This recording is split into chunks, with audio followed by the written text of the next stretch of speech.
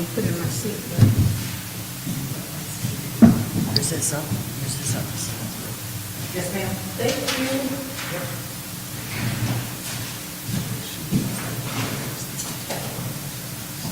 She's out. Cool. Out where?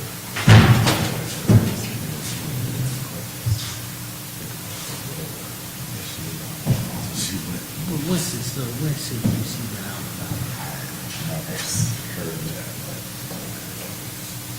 Hey, how are you? I know it. I'm still around. You been okay? I'm so I know you are. Thank you. Thanks. I'll show you about, what's happening with us, so trying to get the department. Ma'am, how are you? Just call me Tanya, please. My mother has been, if you have disorder, I don't think I'm not going to. I don't think it's gonna be an issue. Did you have a stroke? I was here. Don't run the TikTok on that stuff. And you're funny. They're not funny, but they're funny. They funny. But the thing is, that's what he wanted, the attention. Y'all giving him that attention. I mean, Quincy go back and forth with this. I'm done.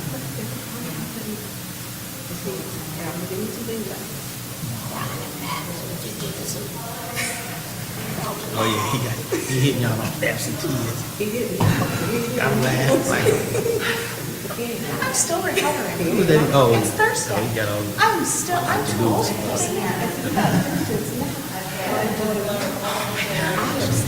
He said he ain't out. This is why I'm not at 11. That's why I absolutely. That's the day I'm worried. Let's take a bet. That's the day I'm worried. That's what I'm telling her now. Are you ready to be grilled? Hello. Hey, Quincy, how are you? Are you ready? You ready? No, he's kind to the police. He wants to give them all. Well, they're prepared. Yeah. I have questions. Good. I have questions, All right. and I'm casual. Me too. Good. Okay, well.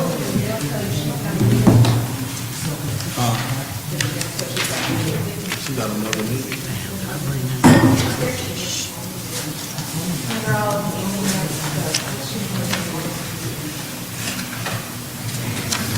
Really, she got any questions on her budget? Told her that's on her budget, right? We still got the call. No. Oh, yeah. This one? Okay. Where's my purple pen go? I'm missing some. I know it's short. Yeah.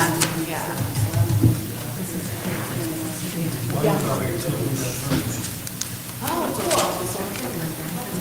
But they don't sleep, so we can get right to business. Yes, ma'am. I'm jet lagged, but I'm gonna make it. Fly again? Yeah, I went to San Francisco, LA, and New York. Masterpiece I'm trying to look at. Still, you know. I had to run to the airport. Literally just got back 2 hours ago.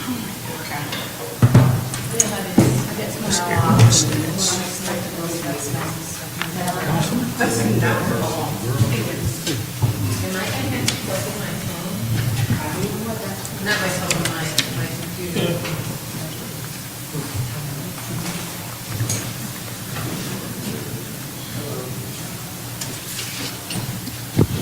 Yep, okay, plug her in. Do you need to plug in too? Guys, wait a minute.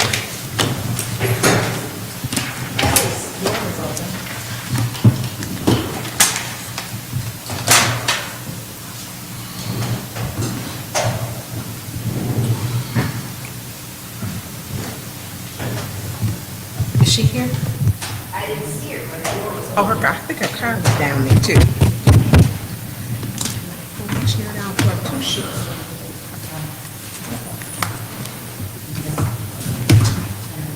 You guys are ready? I'm just saying.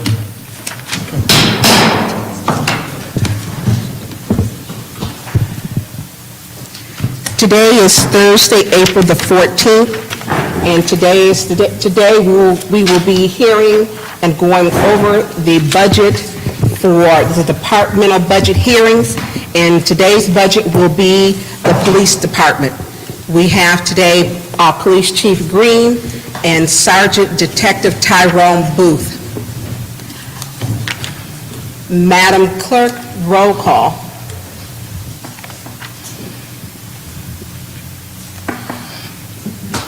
Point of order. What's your point of order, Councilman Mays? Yeah, how was this meeting posted?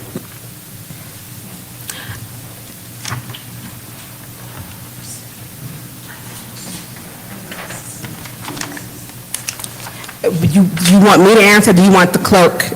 I just want to know how it was posted. I've seen the posting, but what kind of meeting is it? Is it a finance committee meeting? Is it a special meeting? What kind of meeting is it? It is it's a budget meeting, and it is for our budget over the finances for the police department. Madam Clerk? For the record, Madam Madam Chair, if I will, I would request that they be posted as a special finance committee meeting with 2 or more council people signing on. You know, I'm reluctant to participate after talking to Attorney Belser in the hearings that we had for the investigative hearing. I've had detailed conversation with our Attorney Belser as it relates to that. This seems similar, and that's where the problem came in, is a disrespect to the staff. So I'm going to ask that, you know, they be posted what I think is proper by the charter. And I'll continue to sit here and participate, but this needs to be posted as a special finance committee meeting, in my opinion, for the purpose of having budget hearings. And does it adhere to the rules of a meeting? Thank you, Councilman. I'm going to allow our city clerk, Ms. Inez Brown, she would like to respond to that. Okay, point of information. What's your Madam point of Chair. information, sir? I'm thinking that the decision of whether we operate by rules or not will be a decision of this council, but I'll yield the floor. But everything I'm saying is based upon a reason. Thank you. Thank you for your point of information. Madam Clerk? I mean, do you understand that? I better put it in the form. Thank you, Madam Finance Chairperson. So basically, what we have done today, with all of the postings that have taken place, are the same kind of postings that have taken place Point of information. historically. Point, from a I can't historical understand standpoint. what's being said. Point of order. I can't understand. what's Councilman, being- can you not hear her, or Right, it's something. something? Paul, are we getting feedback? Councilman Mays cannot hear. I can hear, You can but I hear. can't understand what You can't, is it sounding muffled to you? Yeah, we can try again. Okay. I think, What we have done is from a legal standpoint that is historical in terms of the posting of the meeting that we have done based upon the law. And so therefore, we would not do anything that we've not done before. And we, of course, this particular session would be almost like informal. And in the past, we have had meetings where the various department heads were interviewed by the council, and there have been times when council members, we only had maybe 1 or 2 council persons present. Now, before any final decisions are made, naturally, there will have to be the posting of a meeting whereby you all get together to make final decisions. But this is historical in terms of what we are doing, and it's not in violation of the law. So for us to try to change something in midstream would be totally inappropriate at this point in time. thank you, Madam Clerk. Madam Chair, if I may, before we proceed. Yes, Councilman Mays, you have the floor, sir. So, is this hearing, does it require quorum? Does it follow any rules? Sir, I mean, whose legal opinion is it? Attorney Kim's? She says it's a legal opinion. I indicated earlier, Mr. Mays, that from a historical standpoint, the meetings have been convened without a quorum, because decisions are not being made here. Basically, it's to hear directly from the department heads and their associates as to the reason for their requests for certain amounts of money and so forth. You all will have other meetings later on whereby you will have to convene public meetings. But this is just a hearing to hear. In fact, there was one meeting where only the department, the chairperson of the committee showed up. That was it, to hear. And that person then disseminated the information to the entire council. So we're not in violation of anything. We're doing what has historically been done in the manner in which it has been done. Thank you, Madam Clerk. I want to read into, before we get started, reading of disorderly persons, city code subsection. Any person that persists in disrupting this meeting will be in violation of Flint City Code Section 31-10, disorderly conduct, assault and battery, and disorderly persons, and will be subject to arrest for a misdemeanor. Any person who prevents the peaceful and orderly conduct of any meeting will be given one warning. If they persist in disrupting the meeting, that individual will be subject to arrest. Violators shall be removed from the meeting. Chief Green? I'm sorry, we did not, because we got questions. Madam Clerk, roll call, please. Yes, Mr. Mays? Present. Ms. Lewis is absent. Mr. Murphy? Present. Ms. Priestley? Present. Ms. Winfrey Carter is absent. Ms. Burns? Present. Ms. Herkenroder? Present. Mr. Pfeiffer? Present. Ms. Worthing? Present. Thank you. Madam Chair, We have 8 present. Yes. just for the record, I want to lodge a standing objection as to the posting, the agenda, the process, and really what this really is. And I guess later we'll look at the legal opinion and wherever it's coming from. But I just know things so far, to me, haven't been done correctly. Thank you. Thank you, Councilman Mays. It's really 7 present. There's 7. Correction for the record, there are 7 present.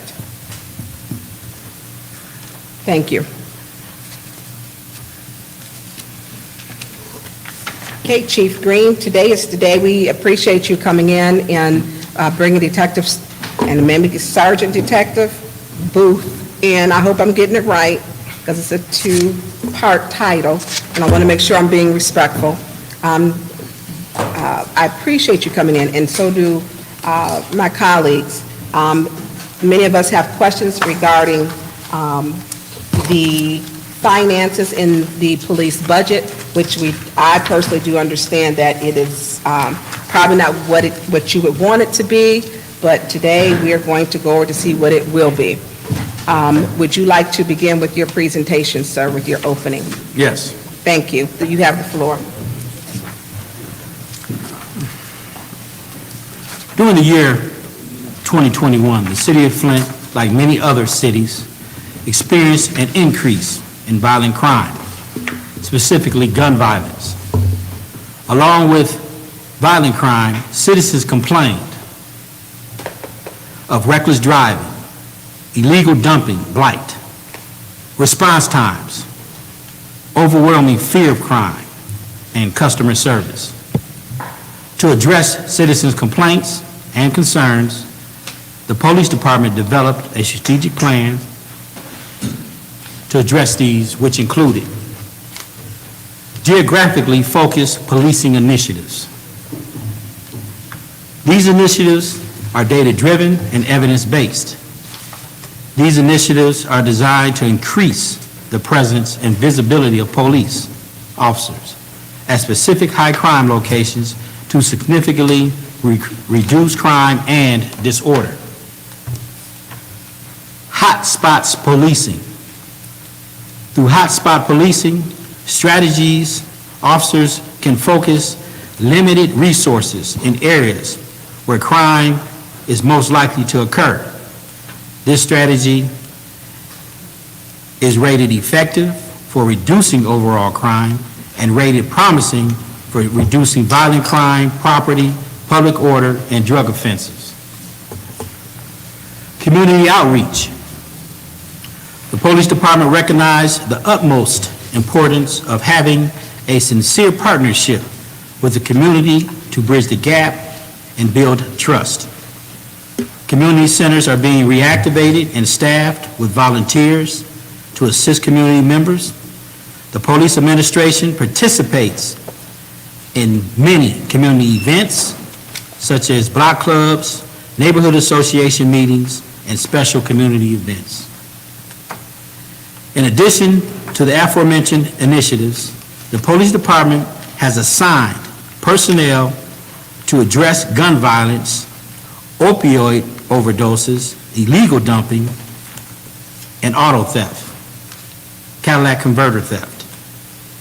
We have an officer assigned to the ATF, alcohol, tobacco, and firearms, to federally prosecute those utilizing firearms to commit crime. I have an officer assigned to the DEA, the Drug Enforcement Administration. This provides the department with a long arm to prosecute drug trafficking organizations that are responsible for narcotics being pipelined from source states or countries. We have an officer assigned to the Flint Area Narcotics Group, which is a Michigan State Police Drug Task Force. The majority of these investigations are conducted in the city of Flint. Officers assigned to Genesee County Sheriff's Department gang auto theft unit. 60% of the wages paid by the group, or the officer's wages are paid by the group. This officer is responsible. He has two roles: for investigating auto theft, which includes Cadillac converters, and illegal dumping within the city of Flint. Each of these special assignments are considered a Flint Police Department force multiplier, because an additional 5 to 15 investigators assist the officer assigned during an investigation within the city of Flint. Of course, success of these initiatives are dependent on staffing levels of sworn and civilian personnel. Staffing levels have a direct impact on our customer service. During the year 2021, the men and the women of the City of Flint Police Department, which is the Parole Operations Bureau, which is the backbone of the City of Flint Police Department, responded to approximately 58,000 911 calls while being short-staffed for a multitude of reasons, including retirements, transfers, but specifically COVID-19 positive exposures.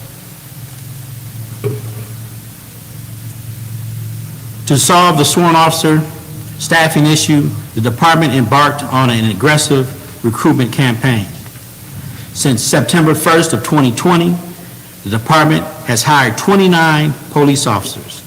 12 of those officers transferred from other local police departments. The Flint City Council recently provided incentives to recruit and retain additional officers.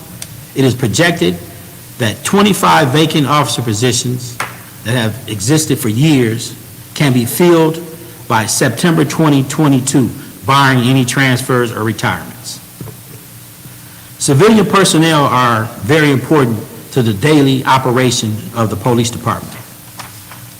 These personnel are considered an extension of a police officer, specifically our intel analysts, patrol terminal operators, identification bureau technicians, payroll clerk technicians, and our neighborhood safety officers. Last but not least, we also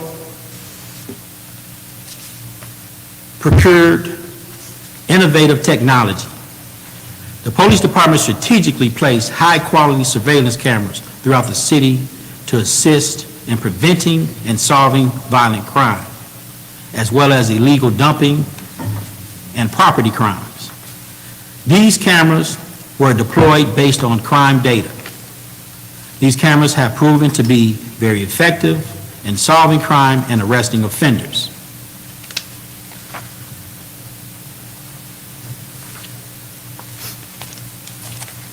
To give you an update on the operations plan for the police department and some statistics, over the last week, we experienced a decrease in property crime and violent crime for 2022. Part 1 violent crime numbers are down 18.14% compared to this time last year.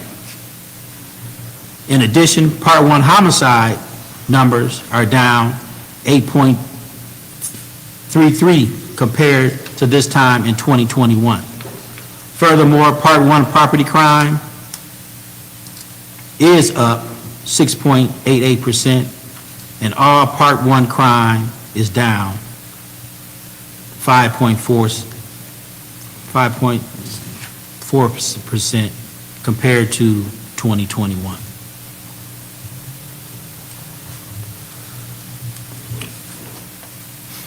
The police department is requesting this budget be adopted so that goals and objectives are obtained. With the addition of ARPA funds, the police department can enhance the public safety and crime prevention projects and initiatives. Currently, right now, the police department consists of 100 sworn full-time police officers, 8 sworn part-time police officers, 27 civilians. We currently have 5 in the police academy. The part-time police officers were brought back that were previously retirees. They are assigned to specific duties within the police department, specifically traffic. We have an arson investigator, and we have 3 assigned to the prosecutor's office, assisting with cold cases and current homicide cases. This time I entertain any questions and provide any data that you require. Thank you, Chief Green, for your presentation. Any council members? Councilman Murphy, I see you Yes. touch your mic. Yes, You have the floor, sir. thank you. First, through you to the chief, this is our first budget hearing since we've been elected. I'm looking at the budget. It would have been good for me and probably my colleagues to be able to look at the graph of the departments first. And I was taking notes, the 104, the 8, the 27, and the 5 in the police academy. It would have been good for us to be able to have a copy of the statistics so that I can actually look at the crime, the homicides, the B&Es, to see the difference in the crime. It would have been good for me to be able to, and maybe you still can provide this for us moving forward, the complaints. And I know one of the things that Councilman Mays always talked about is in the detective bureaus. So I'm interested in knowing how that works as far as the complaints and them being responded. Do you have adequate staff to be able to respond to complaints when residents calling 911? How are they being responded to? So I'm looking forward to some additional information. I know you talked about the ARPA dollars. Where is it going? You know, what's the need for that? One of my biggest thing is dumping and cameras up in areas where they are consistently dumping. And you talked about you guys have high-tech cameras throughout the city. Not sure where some of them are. I have visited the Intel Center. It's a nice piece piece of work that you guys put together, or the previous administration put together. But in my ward, we are constantly having dumping in the same area. So I'm not sure if you connected with the blight department to where they can kind of pinpoint to you where the high volume of calls when it comes to dumping is coming from, because as they dumping and they cleaning, they dumping and they cleaning and they dumping and they cleaning. And I know I've requested for cameras in particular areas. They not there. So hopefully in this proposed budget or in your opera dollar budget, there are a request for high-tech cameras in those areas of dumping. Not only is there cameras up in there, I would like to see a proposed plan from your department to deal with the dumping, whether it's through a collaborative effort with volunteers watching these cameras or monitoring these cameras, or your department having officers specifically set aside to be able to respond to dumping. I'm not sure if that's in your plan. So I'm looking for enforcement in this dumping and some type of plan put together by your department to enforce these people who are consistently and is immune to dumping with no repercussion, because they are consistently doing it. They feel comfortable doing it. It's the norm, and evidently there's nothing in place to enforce catching them. I would like to look at your policy as far as what do you have in place when people get caught dumping, as far as whether their truck get confiscated, whether they go to jail, whether they got to clean it up. I'm concerned about that. I'm concerned that we don't have nothing in place when it comes down to enforcing or monitoring or surveying dumping, because they keep dumping in the same area, so they're comfortable there and they're not getting caught, and they consistently doing it. And in my ward, it seems that the third ward has become a dumping ground, especially, and I'll give you an example, between Van Wagner and Gillespie on Marvin Street. Both sides of the street is dumping on both areas. And then on Black Street, between Horton and Selby, they consistently dumping there. And on Marengo, they consistently dumping, and we calling, and with 3 or 4 people in the blight department that gotta respond to the whole entire city of Flint, it's just they don't have the manpower. So I'm not sure you have the manpower. I'm not sure if you budgeted for hiring and staffing someone to deal with that, but I think you need someone 24 hours to staff dumping just in those particular areas, and I'm not sure if it's in this budget. Through you, Madam Chairman. Can I? Got the floor, yes. Yes, Councilman Murphy, to answer your question, first, as far as cameras, we have ordered an additional 12 cameras, the high-tech cameras we're speaking of, for these areas. We've already ordered them. We obtained the funding through a grant. We're just waiting for those to arrive.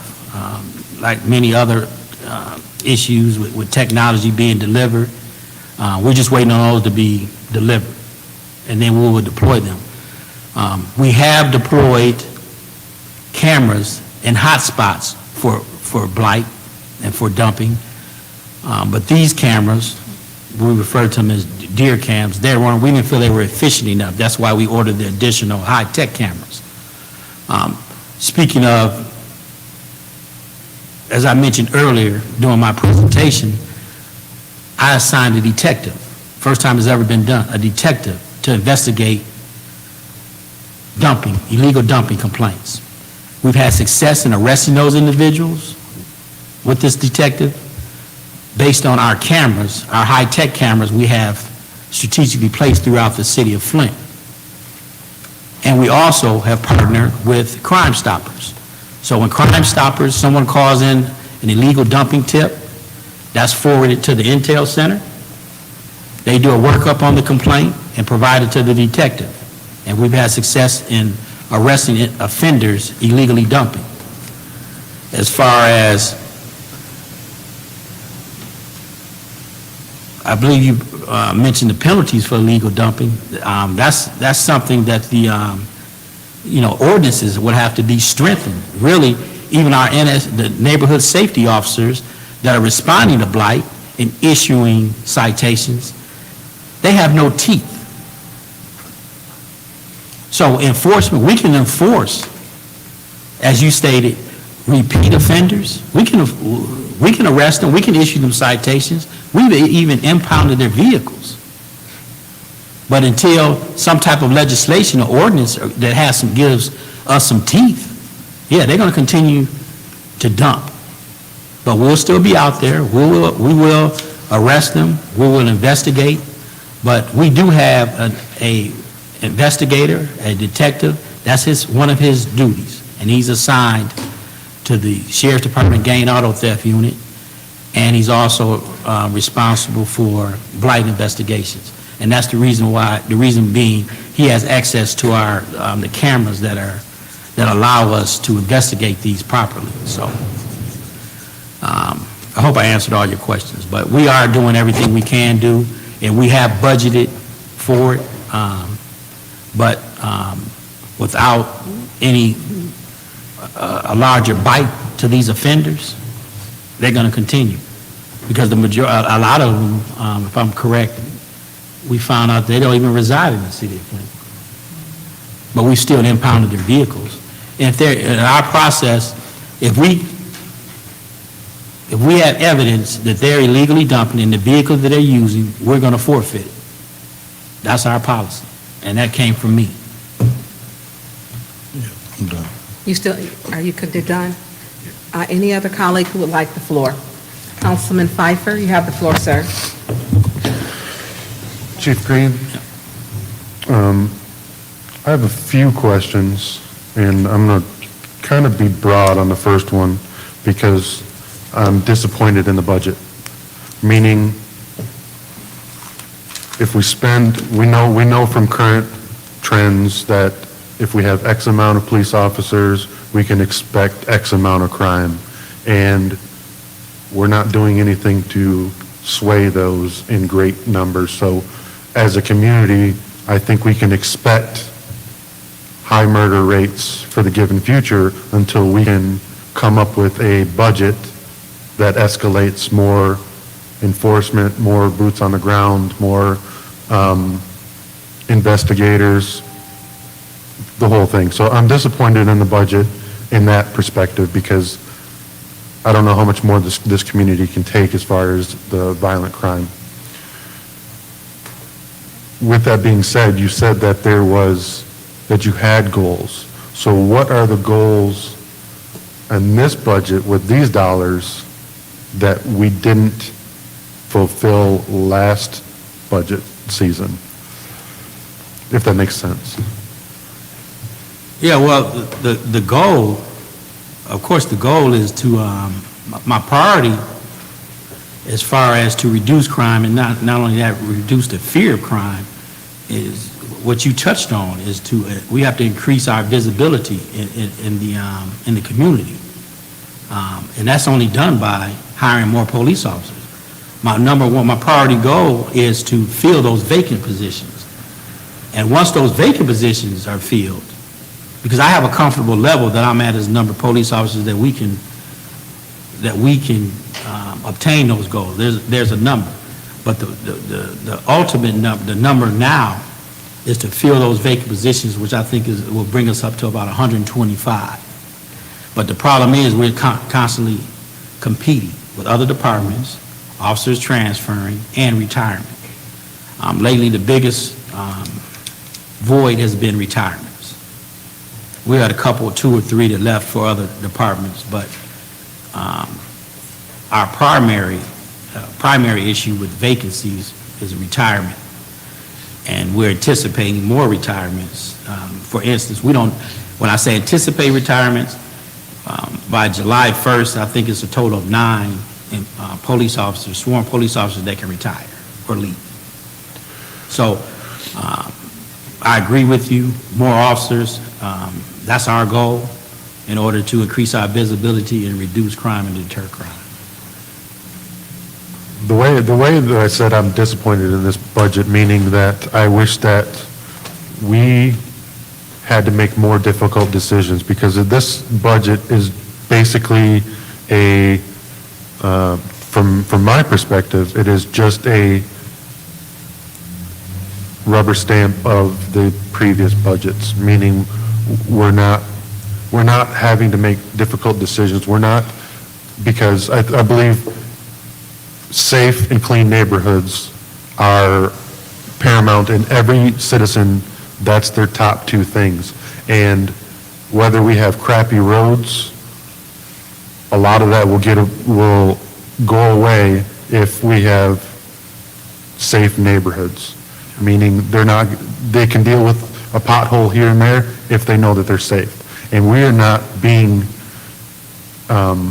challenged to accept a difficult budget and cuts in other areas in order to backstop our police.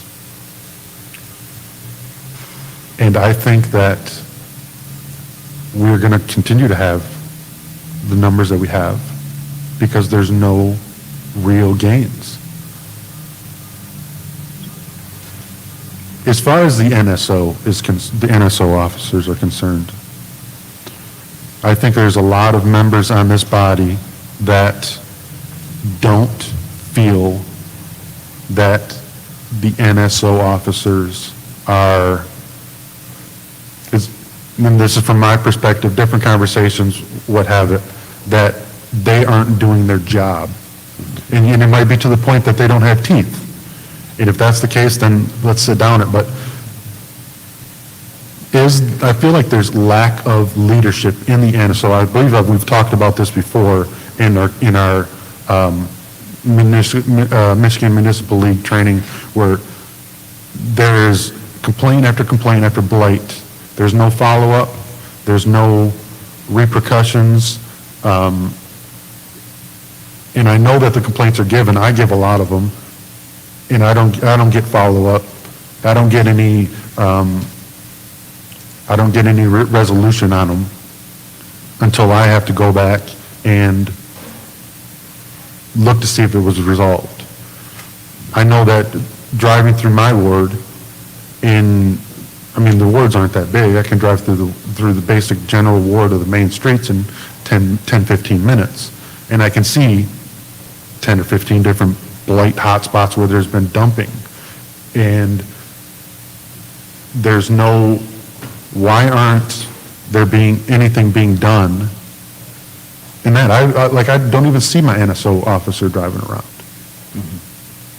So how do we fix that department? Is it money? Is it changing leadership? Is it, what is it, so that we can get more resolution from the NSO officer assigned to our ward, so that, because with non-structural blight, it turns into structural blight and vice versa. So while a lot of our structural blight is the land bank properties or, just abandoned properties, non-structural blight falls on the city. And, how do we fix the NSO officers and their division so that we can get better accountability and better results from that department? Do you? You have the floor, because I really want to hear this. Okay. Thank you. So the NSOs are held accountable. As far as you mentioned before, the NSOs that are out there, they're issuing citations. I think the NSOs just speaking with them, they're just as frustrated with the process as, as citizens are. Number one is, I've had complaints from NSOs that they issue a citation and the violator rips it up in front of them because they know nothing's going to happen. So what that does, that leads to NSOs, their morale. So that's something I have to be mindful of also and evaluate on a daily basis. I'm not going to say I would say we need more communication from the community, city council, through the NSOs. We strategized last week about how can we better, after complaints about NSOs, how can we better serve the community through the NSOs? What are your complaints? And I listened to the city council about having a one-on-one dialogue with their with their NSO assigned to their ward. I'm not opposed to that. Me personally, I would like to hear the complaints also, but I have I think there's a way we're going to have to reorganize the process of the NSOs, what they do, how they operate, the complaints that come in, and we're going to continue to evaluate their job performance. Are they doing their job? So I think that's the key to it. We're going to have to hold them I have to hold them accountable just like I hold my police officers accountable for doing their job. We evaluate them on a daily basis, and we're going to have to do that with the NSOs. Because I received some complaints, internal and external. But like any other division for a department, there's a lot of room for improvement, and more NSOs, would that work? I'm not sure. That's something, we have one vacancy right now. That would give us a total of 10, so we're going to fill that vacancy.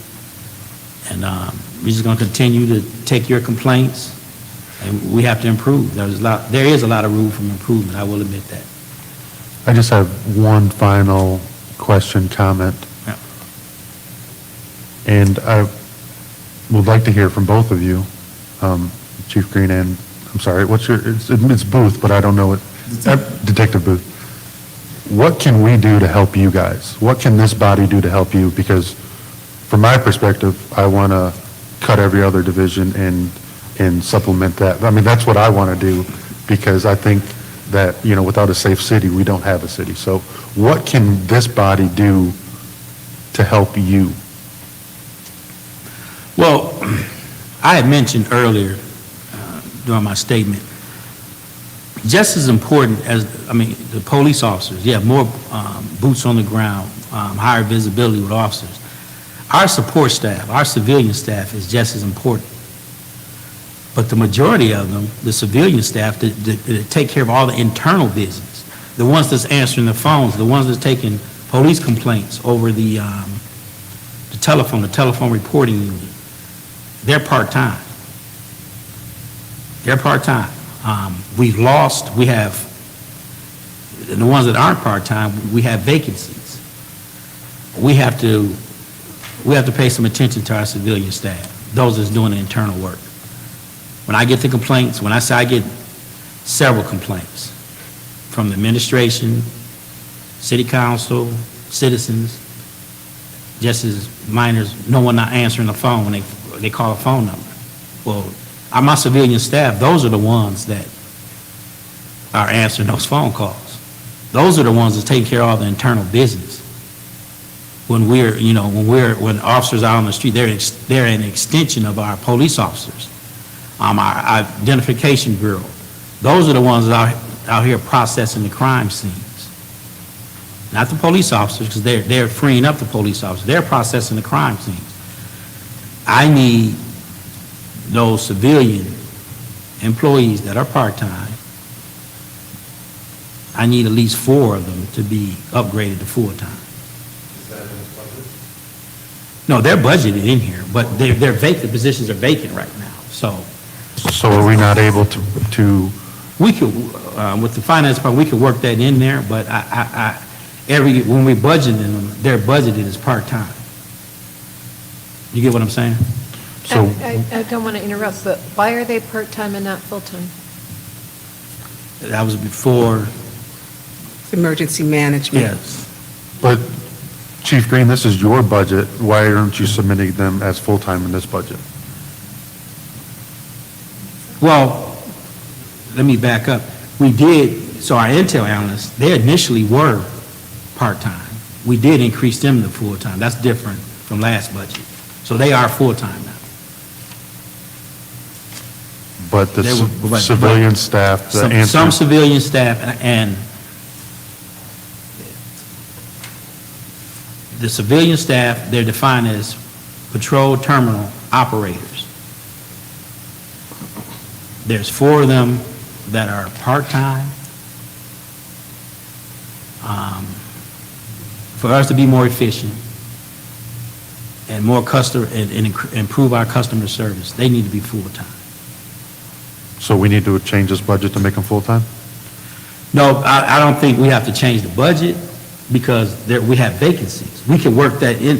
What I'm saying is that the next budget, that's what I will be seeking, is that, them to be full-time. This budget, we have positions that are vacant, so we could upgrade them and work within this budget to full-time. You get what I'm saying? Yeah, so if those folks are willing to be full-time, we have the ability to make them full-time, but maybe necessarily those folks don't want to be full-time, is That's what you're saying? Okay, understand, okay. Thank you. That's all, Madam Chair. Okay, before I move on to you, Councilman Herkenroder, I do want to touch on because we were on NSOs and it's really important. Chief Green, I do have a question with the NSOs, and it's a problem. I had when you call your NSO or send them a text, I'm not negotiating with the NSO. I think that's ludicrous. And I had one NSO, because I've asked, there's been an issue for 3 years, and the NSO officer asked him to cite it. I often go by these properties myself. I'll send pictures, and I do the legwork, which is not my job. And the NSO officer sent me today, because I asked this person to tag a vehicle, and he sent me back, I work for the good of the citizens. I don't beat them over the head when it's not needed. Okay, if you put a vehicle on someone else's property, it's not beating someone over the head. And there shouldn't be dialogue going back and forth. Let me deal with it. I often go to these homes, and the issues what I'm having is, if you have one NSO officer, and there is one, and she wrote 62 tickets, and all the other 8 ones wrote 1 or 2. So we know the capability of how many citations can be given. Blight is a problem. It's a serious problem. I've talked about it, everyone's talked about it, and I've talked about it with you. We need to make sure we're able to communicate with the NSOs. And then what I'm now getting is the public, because the city is trash everywhere. If we're citing these simple things, if I drive around like Councilman Pfeiffer, which I will be getting a portion of his ward as our boundaries change, his issues are going to be my issues, and I pretty much know his streets. Flint's not that big. So when we talk about citing, if you're driving around during your work hour, you can't get 5 citations? I mean, that's a reason. If we're doing 5 times 5, that's 25 a week, because I see blight everywhere. Cite these stores who have trash on them too, where their garbage is not inside of their dumpsters. But when we called, I'm very respectful, and I did call my NS, I texted him back that I needed to make sure I'm not understanding the misunderstanding when I'm asking you. I don't want to call you for, can you please go tag a vehicle, because there's an issue that had been going on for 2, 3, 4 years. How can my NSO officer, any NSO officer, ride by for years and not tag or cite something? That is a problem. I have asked my NSO officer if there's a plate with a missing plate on the street, please tag that vehicle. I shouldn't have to go around. If you're driving around, you're going to see it, because these cars have garbage on top of them. They put the garbage man is supposed to get the garbage off the top of these vehicles. That's unacceptable. So I hope that we can have maybe with the council, I don't know if it's proper to have, I know you are the chief, to have the NSO officers, because we really have not had a one-on-one so that they kind of understand what it is, the public, because they don't only email us, they call and they yell, they scream, and they have a right to, and they're frustrated. They're frustrated. So I hope that we can, go along to clear that up so there can be some clear dialogue and good communication. Councilwoman Herkenrode, you have the floor. Thank you, Councilman Pfeiffer. Madam President, Yes. before you go to her, can I follow up on your question? Yes, do you mind? No, that's fine. Go Yeah. ahead, yes. When you guys give a ticket on a car, because I know we called about it in the NSOs, I think they the ones that put the tags on the cars. Yes. So when do they, after the tag is, don't nothing happen? So for instance, on my street, we had a car tag and they put a tag on there probably 2 months ago and the car's still sitting there. So what happens after they tag it? Do they follow up? Do the car get impounded? How did that work? And that's You- it. Usually the vehicle is impounded. If it's not, they give them a certain time period to remove it. If they don't, usually it's impounded. That's the process. Okay, well, this been probably 2 months ago and the car's still sitting there, so I don't know if they following up on the tags. I can find that out, but All they right. should be. They should, if they place a tag on the windshield or a window of a vehicle, there's a process, and they should be following up on that. That's it. Thank you. And on your question, now, when the city tags those and impounds the vehicles, the city does, where does that money go for the impound fees? It goes to the city. That's what I wanted you to say on the record. Thank you, sir. Councilwoman Herkenrode, you have the floor. Thank you guys so much for being here today. I do have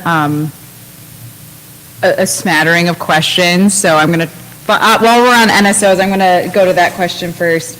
You mentioned the restructuring and the strategy surrounding the NSOs. Have any consultants been hired to analyze the process or the structure that currently exists, and then to be able to provide guidance as we keep moving forward this restructuring? No, it has not been, but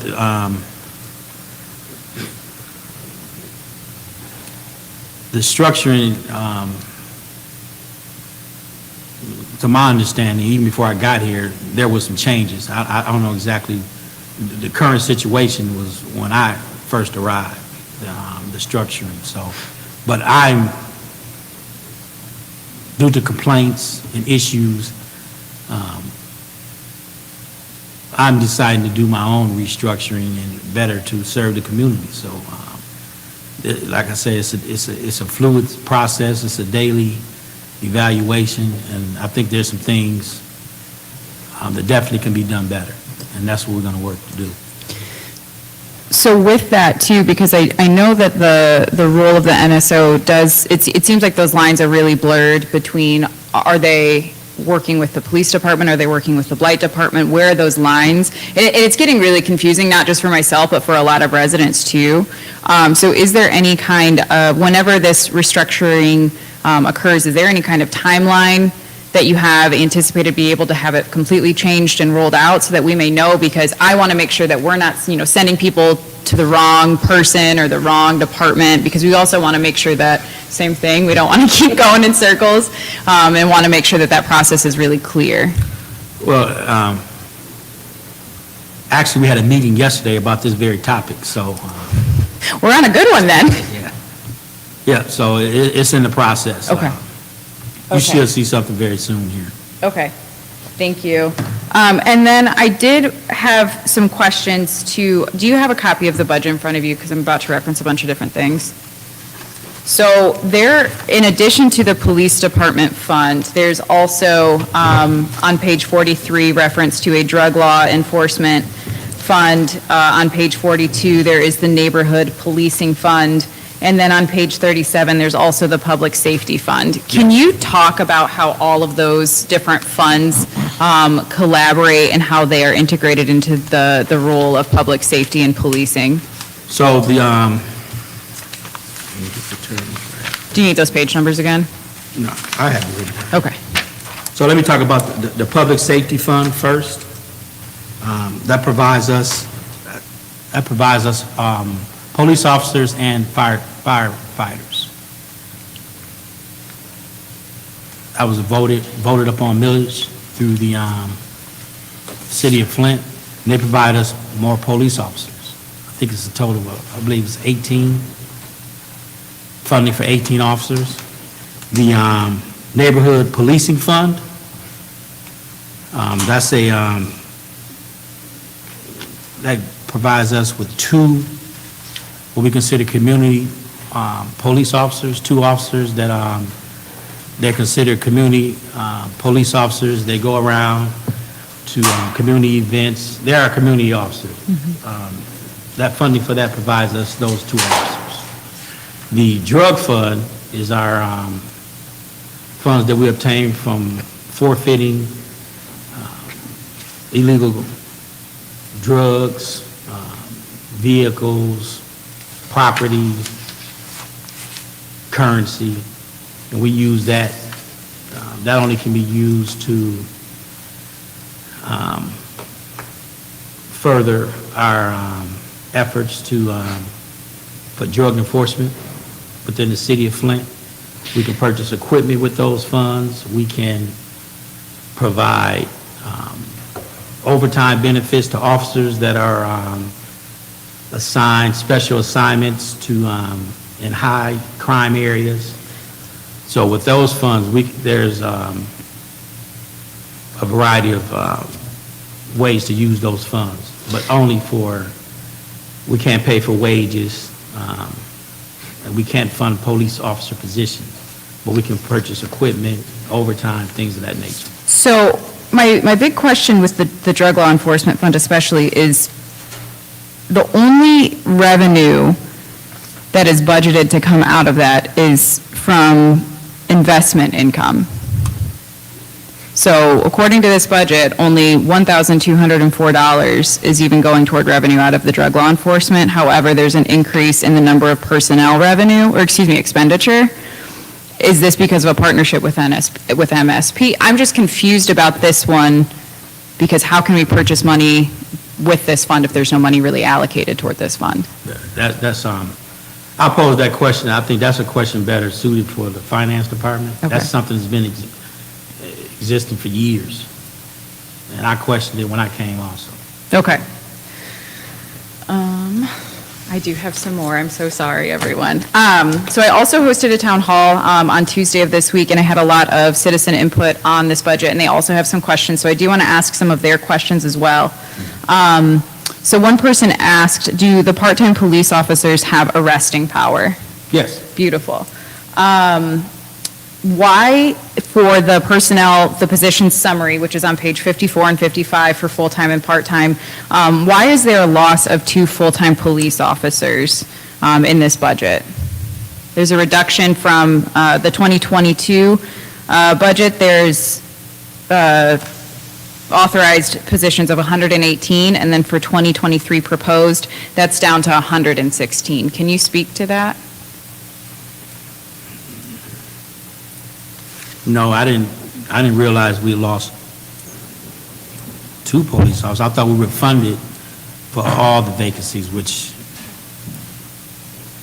the only thing I can think of is our vacancies went from 25 to 23.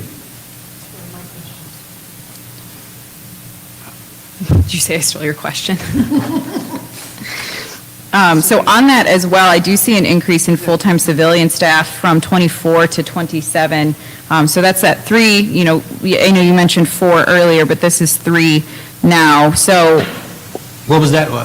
Could you repeat that? Sure. So on page 54, the number of full-time police officers is decreased from 118 to 116, and the number of full-time civilian positions is increased from 24 to 27. Yes.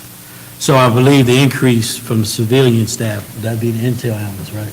That was the intel analysts that I just spoke about. We increased them to full-time from part-time. Okay. So then on page 55, we have an increase in, do you have that one? I've got that one over here. I remember. Go ahead. On page 55, which is all about the part-time positions, there's an increase in the number of part-time police officers. Yes. From 8 to 11. Can you speak a little bit more about what that role will be of a part-time position? What that? Like what that role will be? I'm assuming they're not going to have, So, as I mentioned previously, we brought back retired police officers Okay. from the city of Flint. So, for instance, they have specific job duties. I think one or two of them, two were brought back just for, because we experienced an increase in traffic Yeah. crashes and citizens waiting numerous amounts of hours to receive a traffic investigator. So we brought back 2 traffic investigators, and all they do is That's what respond to traffic crashes. Okay, okay. For an example, another part-timer we brought back was, we experienced an uptick in arsons. So we brought back a arson investigator. He's a detective, and all he does is investigate arsons. An additional 3 detectives are part-time, but they're assigned to the prosecutor's office as investigators to assist us with cold case homicides, cold case investigations, and assist us with current homicides if need be, to free up our investigators in the Detective Bureau that are full-time. Okay. I had a hunch, but I just wanted to make sure. And then the final question from another 7th Ward resident was, are there different benefits for the part-time police? No. Okay. With the part-time police, especially if they retired from the city of Flint, there are pension issues. They only can work a certain amount of hours per year because part of their pension is through MERS, and that's the only difference. Okay. So you mentioned a lot of a lot of officers who are leaving because of transfer, retiring, what have you. Are the officers who leave for whatever reason going through an exit interview process? Yes. Do we know what the #1 cause for officers leaving the city of Flint is, based off of those exit interviews? Higher pay and a lesser workload. Understandable. And then my final question for you, Chief Green, is what efforts are being done by command staff to ensure that officers are highly trained in de-escalation techniques, especially working to reduce police-related violence? That's a great question. So we've improved our training. Well, we're sending officers to training specifically addressing that issue. Can you expand a little bit more, like what kind of training? Well, there are several trainings. One that we sent a group through racial bias, things of that nature, de-escalation, specifically de-escalation training, and that's offered through the Law Enforcement Officers Training Council. And this training is continuous throughout the year. It's not, and it's mandatory. So we have mandatory firearms training, scenario-based training, shoot, don't shoot scenarios, things of that nature. So there's several different training platforms that we use on a regular basis throughout the year. Okay. Those are all of my questions. Thank you. Thank you, Councilwoman Herkenroder. Councilwoman Worthen, you have the floor. Thank you. I think there's been some really good questions asked thus far.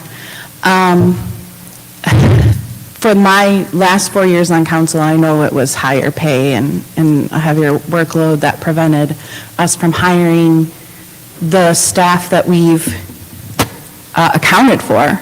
How many current officers did you say there were? Sworn is, last up to date was 100 sworn. Okay, that's actually increased, right? Yes, it has. Okay, good. So then that means if there's 116, then you just are 16 short? Yes, that's a great question. So when I say sworn already, we're 100, but we have 5 in the police academy right now. Okay, And we're anticipating sending an additional 7 in the Okay. next police academy. So that will bring us to our, whatever the amount that we're allocated for. good. That would be the first time, I think, in my entire years of council that would be happening. So I'm glad to see that. But we, like I said, 7. There was a but. 9, right? 9 can potentially retire before July, but I'm anticipating some won't, but I'm not sure. Do you think that with the ARPA funds and the recruiting, that might help? Absolutely. Okay. I didn't read through the entire resolution for that one. How long is that recruiting for? Is it Just until we fill all the vacant positions. till we fill the vacant positions? Yes. Okay. Then we'd have to reevaluate from there. Yes. So we did give a raise to police at the beginning of my term. So it's been 4.5 years. How is the salary now inflate for officers comparable? And I mean from beginning till, the salary pay. Like, I know they're not staying because of higher pay. How close are we? Well, we did some comparables.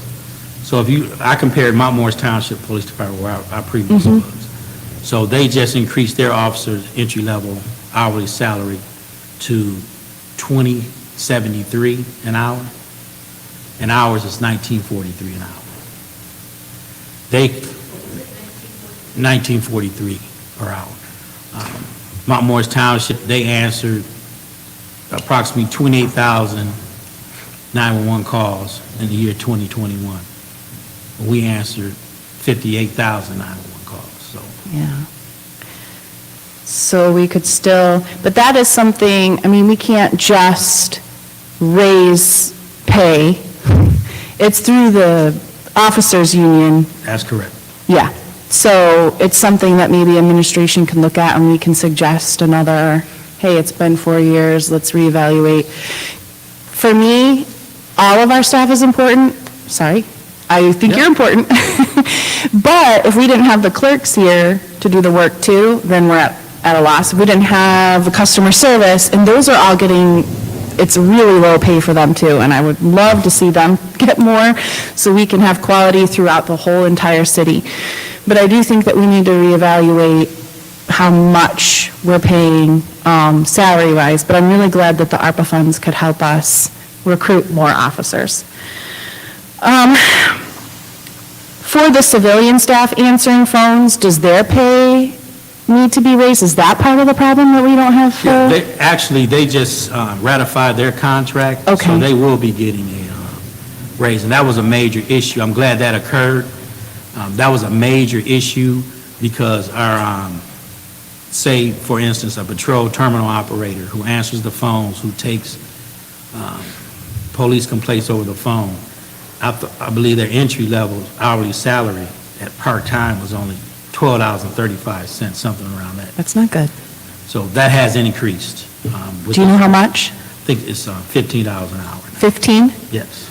Still probably should be more, but that's way better. So, And I know when people call, they're irate, and they want everything to get answered, and I understand both. I understand when you're answering phones, it's difficult, and then I understand if you're trying to call the police and they're not answering, that's also very frustrating.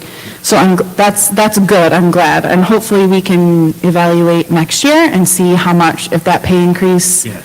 helped, with our answering of calls and retaining those staff. Is Blight Court running? My understanding, not at this time.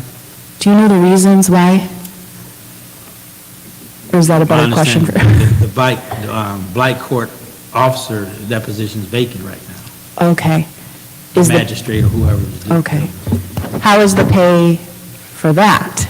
Oh, I'm not sure. Okay. It just hasn't been filled for a while? No, it hasn't been filled. How long it's been vacant?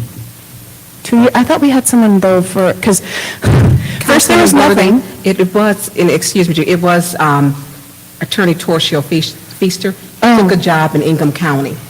Okay. So it's been vacant Are we probably recruiting about for that? 6 months. 6 months, yeah, because we About did that. have it running, and the reason why tickets don't work, and this happened for most of my first term on council, there wasn't a Blight Court. And then they started reinstating it, and things got a lot better when Blight Court was running, because then there is the teeth behind that ticket. Yes. So 6 months. I hope we're doing everything we can to fill that. But do you fill that, or is that administration? Or how does that work? Administration. Okay. I spoke to Attorney Kim about that kind of issue when I met with him one-on-one, And he said there's a paralegal that was going to be assisting the magistrate, but I thought, my understanding with him was that there was one, but when I talked to Harletta, there wasn't, so there's some confusion there, miscommunication. yeah. Just for clarification. We need to get that running ASAP, because it's going to get worse in the summer, too. They start working on cars, and I don't know, they just start they're going outside more, and they start doing more stuff. Body cameras, are those being used at this time? Oh, we're just waiting for them to be delivered. How long has that taken? Seems like a long Our time. technology, well, I think we're anticipating they'll be here this month. Well, it was April. That's what they gave us, so. Oh, so this is the company, you've ordered them, Oh, yeah, we ordered them. and you're waiting for We're just them, waiting for them, probably COVID-related, yeah. Yeah, absolutely. Everything has been. trying to get materials. Okay.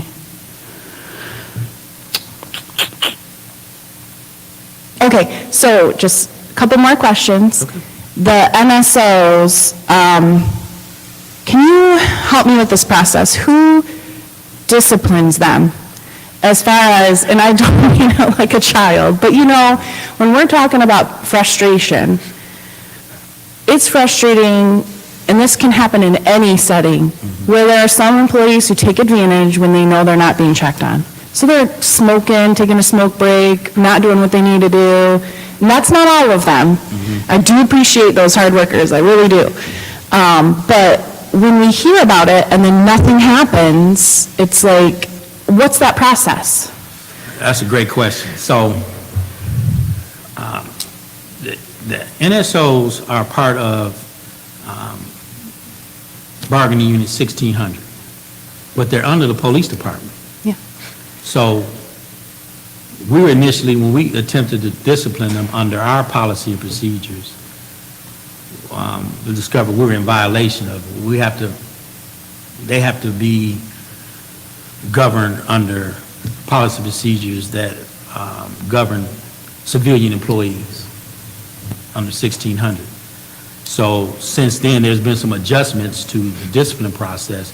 So I'll give you an example. We can write them up for a violation of policy, what we feel is policy and procedure, and it's turned over to Human Resources. So Human Resources actually issuing the discipline. We're just filing the complaint or writing up the report, but that's the process. Is that, so I don't think it was happening for a while, because it was just confusion, maybe, on how that worked? Major confusion. So do you think now things might go more smoothly? I think it's going, once we iron out those wrinkles as far as, the policy procedure, what they're adhered to, I think I see a difference. There has been some discipline issue, I can tell you that. We know. I mean, I don't know about the people that just joined council, but it's been frustrating at times. Yes. And what about pay for them? What is their pay, do you know? I'm not sure if they're paid, but I haven't heard from them, any complaints about their pay, Okay, because they're full-time. they're full-time, and you don't think that's the issue at all? It's with, like, getting good NSO officers? No. Okay.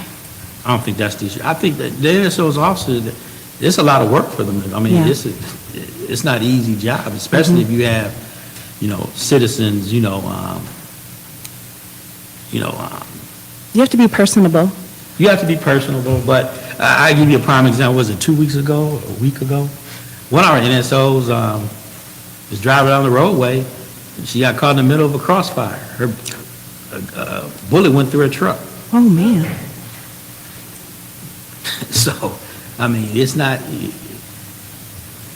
their job is not glamorous. They have a rough job, But yeah, there's room for improvement, Right. put it that way. And the reason I say that is because Councilman Pfeiffer called me about a house on Albert, and I just drove past to look at it, and it was hideous. And I was offended by it, if I had to live next to it. And first thing came to my mind was the NSO. I know the NSOs had to drive past this. You know, why is that addressed? So I'm not going to, that's that call he made to me and me driving by personally to see what was going on. There's no way you'd have to be blind to. Albert? There's part of it in your ward too? Okay. I have Albert Street too, so I was like, hey, which word? So this was, we received complaints about that house, and I drove past it personally. I'm like, why is this being addressed? Right. It was an email you sent me, I'm sorry, an email he had sent me, about a citizen complaining, so. Well, I'm waiting for Blight Court to come back up because I have some really horrible ones by 475, and I don't think anything's gotten done. I just drove past it the other day, and I was also offended. I'm like, oh my gosh, why am I not getting more calls about this? This is bad. I think that's it. Again, I think I've actually learned a lot. There's been some great questions, so thank you very much. Thank you, Councilwoman Worthing. Councilman Mays, I know you were next. You have the floor, sir. Yeah, thank you, Madam Chair. Chief Green, it used to be a guy over there that did the budget for y'all. Is he still there? Who did this budget? You? Well, we prepared together. Rick Johnson, I believe that's who you're referring to. Beg your pardon? Rick Johnson, I believe that's who you're Mr. referring to. Johnson? Yeah, he retired a week ago. So a week ago he Yeah, retired? But the budget was prepared before He left. worked on this with you before he retired? And the finance department, yes. And now he's gone? Yes. And so you prepared to answer the budgetary questions? Well, it depends on what questions you have. Okay, well, let's get into the budget more so than the operation. When I look at the revenue category, you're looking at about 3.4 million in 223, 3.6 million in 222. Now, this 222 budget, is that the one that will go into effect in July, or will 223 go into effect in July? My understanding is 222. 222. So when we see 222, we're referring to fiscal year 222, 223, and then when we look at 223, we were referring to 223, 224. That's your understanding? That's my understanding. Okay, well, look at the revenue generated in 222, 3.6 million. Now let's go down to expenditure. Whether we look at expenditure by category or division, we're looking at, for 222, 28,054,000, right? Yes. Okay, let's talk about that. Have you met with Ernst & Young as it relates to category expenditures? I met with Ernest Young, but not about category. What do you mean category? I'm going to tell you what I mean. Police and fire is about 30-some% or more our general fund. Yes. That's the major expenditure of our general fund, police and fire. We have an opportunity in 22 this year to possibly save some of our general fund. We're facing a projected $15 to $17 million deficit next year. See, I don't play budget games because it's an election year.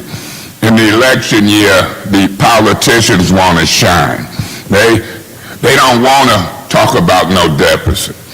But I got to talk about the deficit in 22 because I know it's coming in 23, general fund. So my question to you, have Ernst & Young met with your department and went through detailed expenditures where we can use ARPA money and save general fund money, if you understand my question? I understand your question. Now, I met with Ernst & Young, but the discussion was about using ARPA dollars for specific projects and initiatives. Okay, and I'm looking at both. What I'm suggesting now, we got a date here. Today is April 14th. We got a May 12th callback date. I'm hoping between April 14th and May the 12th, if I have to get involved and facilitate it. My vision of the budget is different. This budget has come to us with no expenditure or ARPA funds. The time when the budget comes to us, it's the time for us to make amendments. I never can predict this council at this point. I don't know what they'll do. I don't know if they'll rubber stamp this budget department by department without amendments, but I already see amendments that should be made, particularly when the ARPA funds can be used in the area of crime prevention. Have you asked Ernst & Young, can ARPA funds be used to pay salary and overtime? Do you know? Yeah, that's a great question. I did inquire based on a conversation I had with Councilman Pfeiffer regarding those that can retire within a year or two. Could those ARPA funds be used to fund those positions? Let me say this. I don't talk to council people pretty much outside of a council meeting. They can listen to Attorney Kim. I think it's illegal. 3 or more deliberate. I'm talking to you now on the record. I don't care who you talk to, Pfeiffer or whoever. I'm asking you in this hearing, have you got an answer from Ernst & Young as to whether or not salaries and overtime and personnel costs qualifies under the ARPA funds? And if not, I'm going to ask that you have that conversation, and if you need us to facilitate it, I can't speak for these folks. I can only speak for me. And so what I'm trying to get to is saving general fund money when we have the opportunity in 2022. It behooves me that we're going to spend money in 2022 and 2023, but what do they want us to do? Let it come as a budget amendment that they bring? The budget is the council's. So is that something you think you can do? Find out what areas, because you've got the expenditures by category and you got the expenditures by division. Whether it's in division, whether it's administrative, tech services, investigation, or patrol, I think it's a fair question. I agree. You agree? Yeah. Let's work on that. All right. Now, in investigation, we're looking at $6 million in expenditures. Well, $5 million in 2023. It drops from 2022 to 2023. And you know, we do 2 budgets or so at a time. Then when I look at Patrol Bureau, it drops again. Regardless of why, what I'm focused on first, Chief Green, I want to see if I can save some general fund money to knock that projected deficit out next year.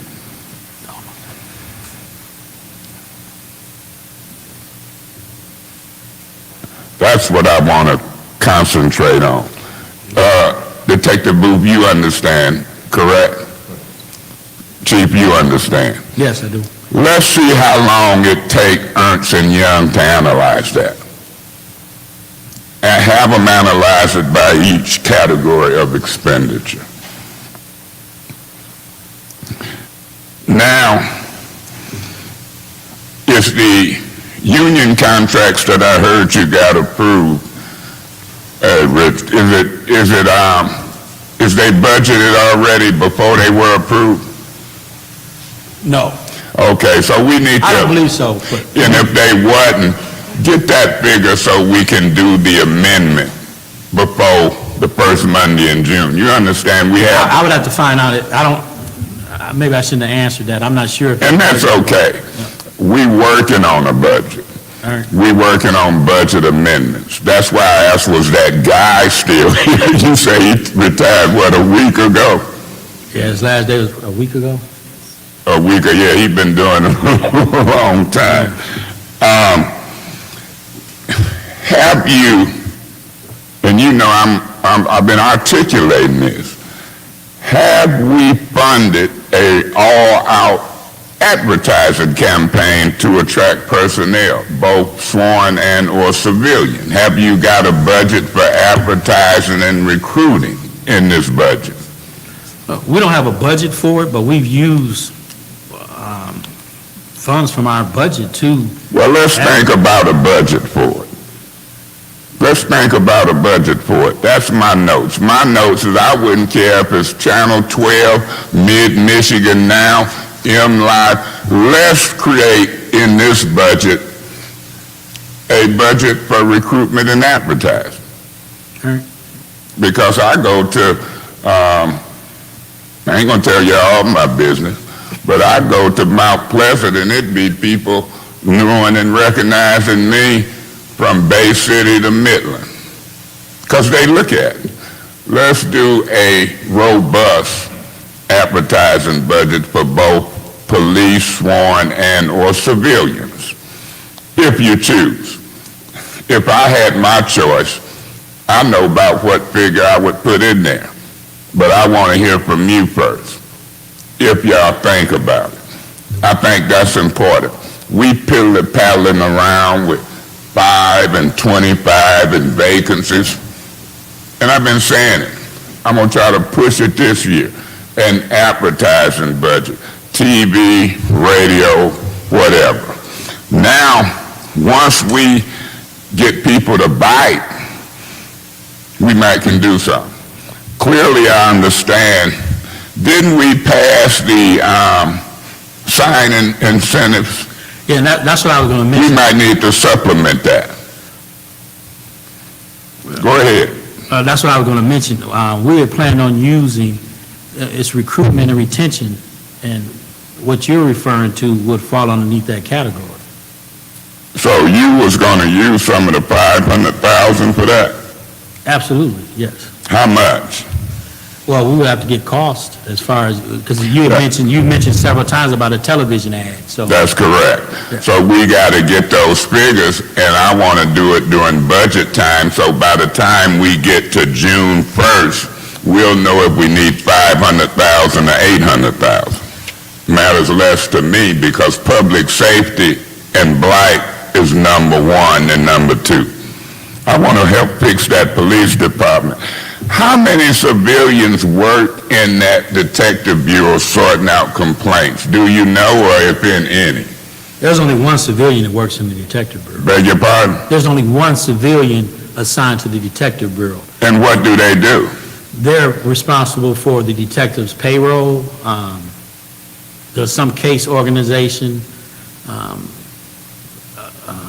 Now, Detective Booth is a detective, right? Sergeant Booth? Well, he's in charge, his role is he's in charge of the Intel Center, so he has Okay, 5 but employees of his own. I'm just trying to include him, man. I see him sitting there looking like a statue, but I know him over the years, so I'm just talking to both of y'all. My question is this. Is it illegal or is it possible to have civilians sort through those complaints? You do agree we have a bunch of complaints in the Detective Bureau backlog, Yes. correct? Yes. Let's try to fix that with some type of personnel. Would you rather have sworn personnel doing it or civilian? Or is No, as I stated, our civilian staff is very important. That's something that I would trust with a civilian staff, but I think there's a gray area if they're an employee or if they're an intern.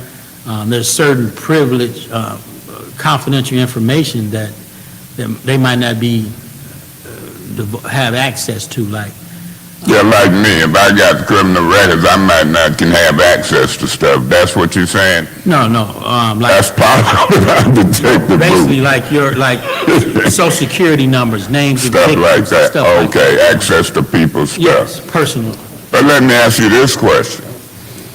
If we hire them, they'll go to the penitentiary if they violate something or whatever. But my question is, what's your wish list to fix that detective bureau, money-wise, personnel-wise? That's what I want to hear.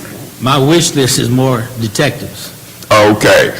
And how much do that cost? And how many? And if you need to Thursday, May the 12th, I'm all for it, but that's what I want to talk. I want to talk numbers, I want to talk money amounts, and then I want to fund it. Whoever put this budget together, and it ain't just like that in your department, don't take it personally. Yeah, I know. Ain't no way, and I don't care if finance department come, when finance department come, I'll ask them, How the heck can you do a budget with ARPA fund qualifications, knowing we facing a projected $15 million general fund deficit, and ain't nobody done the work? When do they plan to do the work to see if we can help this general fund? I think we getting to a start right here. And I think, even though we're in a time crunch, I think it's an opportunity by May the 12th. And I think that Brian and Ernst and Young them need to make it a priority. See, we just did 16 million for blight. But I've done budgets. We're finna get into a time crunch. I listened to my colleagues and looked at the time from 5:30 to 7:30. I purposely laid back to see what folk was talking about. It's time to talk budget amendments for the police department. I don't know who in the administration, it's time, this is the year to do budget amendments. Two main things I've mentioned. Ernst & Young got to tell me and you which expenditures qualify for ARPA funds. You see what I'm saying, Detective Booth? You see what I'm saying, Chief Green? In what category? If I find out of that 29 million, looking at them expenditure categories by division and or categories, same amount, if I find out I can supplement it with 15 million, then I want to pull the general fund money out and supplement it with ARPA funds, because we got to be ready for that deficit next year. The council's main responsibility is finance as far as I'm concerned. And I know the emergency managers them came in here for 12 million. So that's the one item, big bucket item. And then, Chief, you know, technically, we'll see, watch this.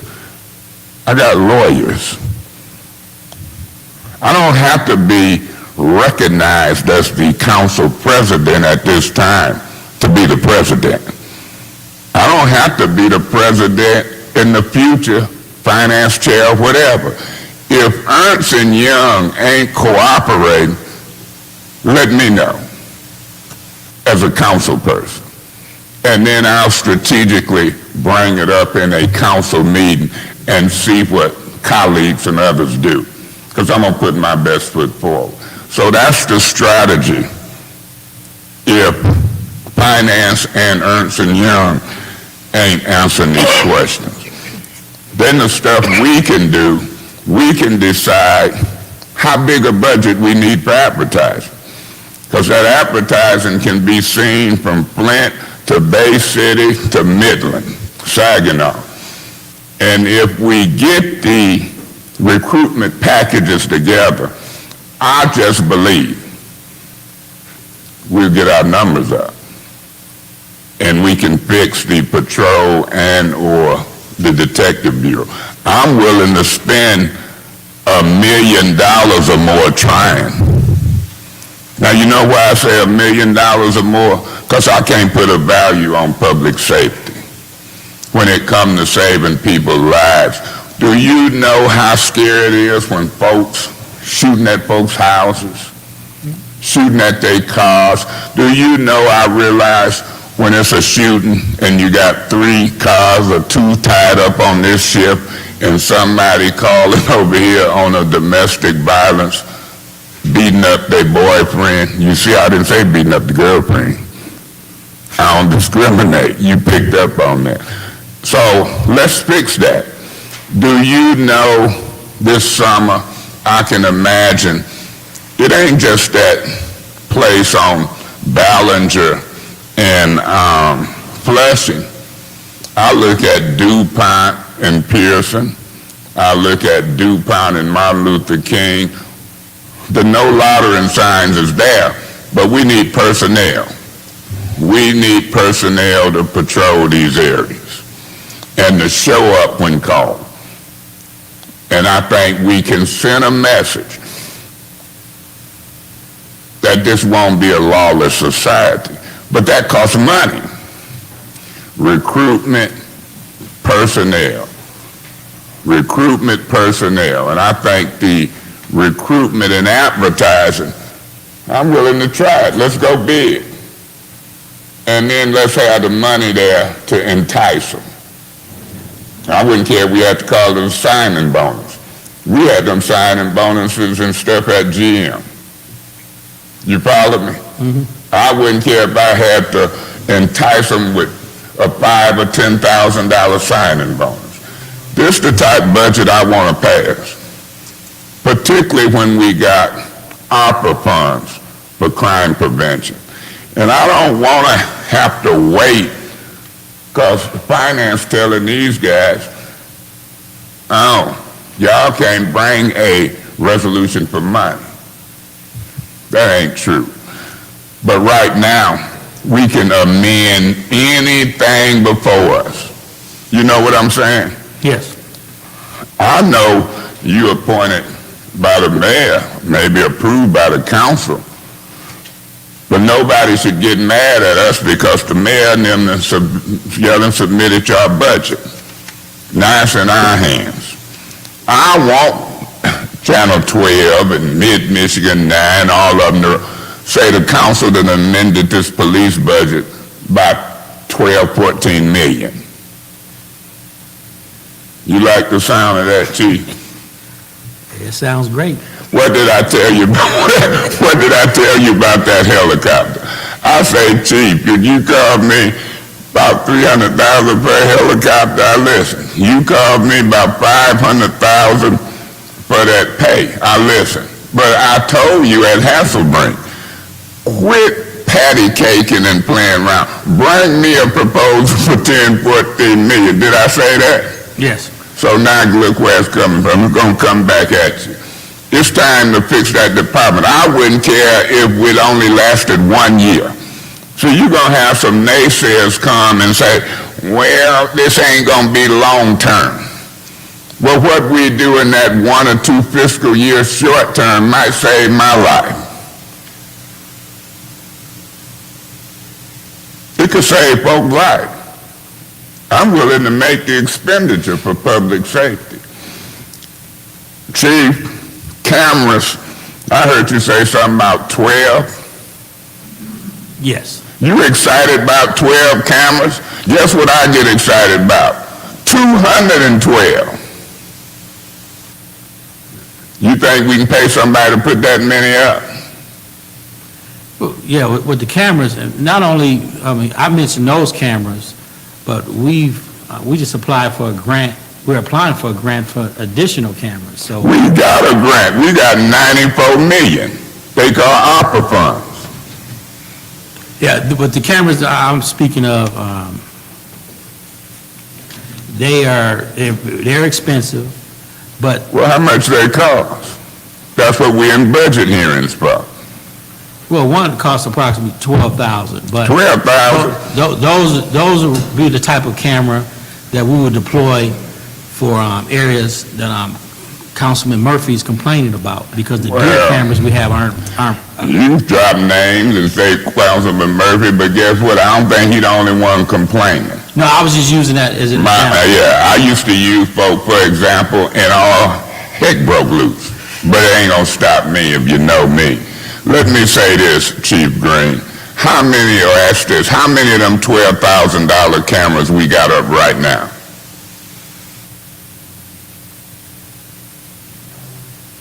If any. Right now, we have one that we're circulating from different locations. And so I want to get more than that. And I don't want to wait on a grant, but I will if you think it can save us money in the grant and come through. What I'm just trying to emphasize to you, I'm looking at people thinking small when it comes to public safety. I want to think big. Is there any other cameras? Because the cameras I'm thinking, it ain't just got to be the Intel Center. People can look at them on their phone. Let me clarify that. Okay. Yeah, we have multiple types of cameras. The one that I just mentioned, the one that costs $12,000, that we mainly using, we've transitioned using for the illegal dumping areas. The first location we used that camera, for instance, was in your area on Russell Street. So we're moving that's one specific camera that we've been moving around to different locations. And we have other cameras that are different types. And so what I'm asking by May the 12th is that we get a wish list of the price of how many cameras. And I wouldn't care if you gave it to me on the high end, the medium end, and the low end. On your low end, you might want 10 or 12.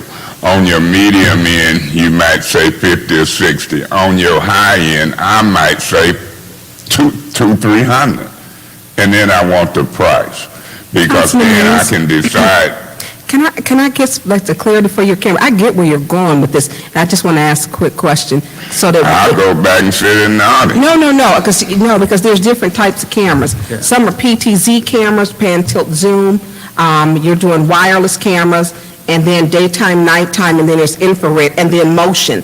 So when you are getting that, I think when you requesting your list, to make sure that, I know you, Booth, Detective Sergeant Booth, that's going to be a list, so he's getting that, so that his list will be a good list, or should I say a good quote for the cameras, because he's got a lot of information, and he's talking about illegal dumping, and so those cameras will go off when there's motion, so they're going to be expensive, and that PTZ camera is expensive when you're zooming in and zooming out. I'm sorry, Mayor. No, you're all right. I was just watching it. I mean, Okay. I'm going to get out the way anyway, trying to be equitable, but I heard a lot about governmental operations, and I want to talk money, amounts, and what's needed, more so here. And so, Chief, when they get that essential worker pay, that premium pay, how did that do for the morale? It was great for them around. Well, I want to do a second round. I'm already trying to propose a second round when that's 47 million hit in May, which will be before we adopt a budget for this upcoming fiscal year. And so make no bones about it. When you talk about pay and what others get paid, I wouldn't care if I had to design a performance pay. We got to obtain a way to keep personnel, and we got to maintain a way to make our pay competitive as we recruit. So I'll kind of yield for now, but you see where I'm headed. I wouldn't care if I had to sit in your office or some office in the police department for 2-3 hours in a day before we get to May 12th. But I'm committed to go through these budgetary items, fight to make Ernst & Young till we pay them $1 million. Public safety, 33% or so of the budget. And the amendment process and the adoption of the budget is ours. And so I don't want you shy about it. I don't want you to get removed from chief about it. Oh, man, look what he can't spend 12-14 million for the police. Oh, I'm going to show Oh, wait, we're not. What's your point of I don't know. order? Can we do that in a? Well, technically, if you want the floor. I'd like to hear from Ms. Priestley, and then can we go back to Mr. Mays? Yeah, I think everyone deserves a chance to ask their Thank you, questions. and he's about to wrap up, Ms. Thank you. Worthing. And Chief Green, this is running a little over for you and Booth. Do you Chief, I knew- understand, sir, so we can I'm get fine. on? Thank you, I appreciate your patience. Chief, I knew it was Councilman. coming, and that's why I wanted to watch to see how long they was talking, what they was talking about. I'm confident that you got my point. And I'm confident that if you need to, you didn't call me before, you'll call me again. And I'm confident that strategically, I know how to get stuff done, or at least try. Not sometime with all of the folks that I deal with, and I'm confident that certain folks is hypocritical when it comes to me versus others. Madam Chair, thank you. I couldn't even deal with a budget hearing without putting him in my front up. That's ridiculous. That's why I set out there to uninterfere with it.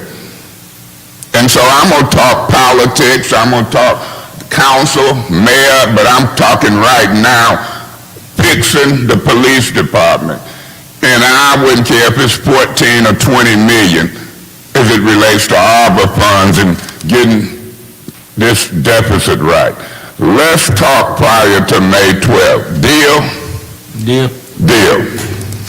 Thank you, Councilman Mays. Councilwoman Priestley, you have the floor. Now let's talk the dollars. All right. I've not heard too much about the money. So I'm going to ignore the revenue part because I know those are grants, some of them, and so sorry, Paul, so sorry. Now I'm looking at the expenditure by category, and I see there was a huge increase from the actual in 2021 to 2022. I was trying to compare what we've got in our finance reports now, projecting it out so that we knew where we were at, and there's so many different breakouts, I can't tell. So I don't know if we're on track right now to spend what was budgeted. I don't know if we're under budget on any line item or not. It's just, I'd have to roll up like 10 different cost centers to get to that. You mean under the current budget? Yeah. We're under. You're under. Okay, so the next year proposed is up $500,000. Yes. And yet you're losing 2 positions. Yes. That to me seems like if we're going up on our personnel, then we needed to increase on our personnel rather than. Judy, hold on a second. Is your button up? He's having to pull your mic closer. He's having a It's up. difficult time. Can you hear me now, Paul? Use Quincy's. Okay, I'm gonna borrow Councilman Quincy's. Murphy's, please. Is it the socket that's not plugged in, I wonder? Can you hear me now? No, I am. Okay. So, Hold on a second. Paul, is she good? Can you, okay, proceed. So, like I said, if your budget is increasing with personnel services by $500,000, then that, to me, indicates that we should have more officers. And so that's something I want to look at. I definitely want to do that. The other thing is that your pension and OPEB, I'm not exactly sure what's all runs up into that, in costs, goes down $2 million. You don't know why, do you? No, I don't know. See, he can't answer the questions. We don't have the right people here. And then the supplies and operating expenses, do you know why it's going up $500,000 for next year? I don't know how they categorize that, but I'm assuming it's our technology and equipment, the new technology and equipment we receive. Which we hope to be able to transfer that out and into ARPA dollars somehow with Yes. matching funds and Yes. state dollars. So that really maybe shouldn't be in this budget, but should go into the ARPA dollar budget. I don't know where the finance department put that, but I'm assuming that's the only increase that I'm aware of is our surveillance camera project.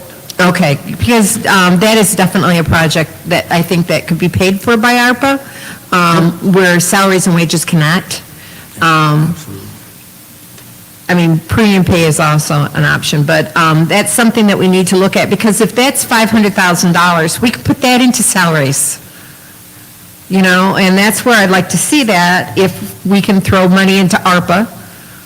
Yep. For equipment, let's throw the extra back into salaries so that we can, but the thing is too, is that if we're looking at increasing the officers, we have to be able to recruit them. How that happens, if it's wage increases, whatever.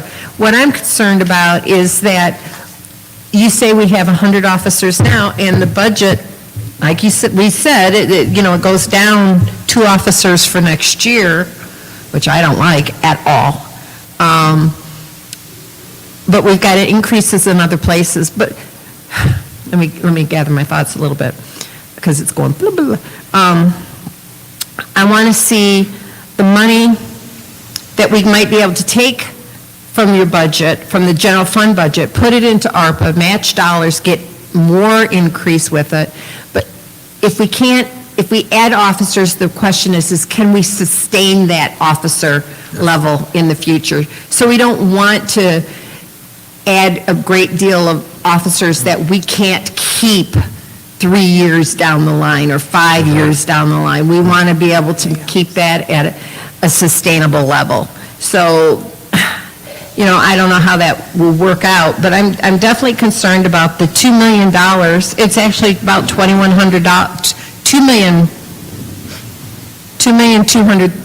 million in the pension between this year and next year. That when I spoke to Mr. Whittigan, he said that he took the pension payment and split it across the board as it goes up. Well, it doesn't make sense why yours went down if everybody else went up. So, I mean, this is a budget thing, and if we can't get the answer, I don't know. Also, the capital outlay went from in 2021, you spent $38,000. 2022, the adopted budget is $210, and then we go back down to $86,000. I mean, I can understand if we can put that capital outlay into ARPA dollars, that's wonderful. Let's do that. But the increase is concerning, and also that $210,000 that was adopted. I don't know how much is spent.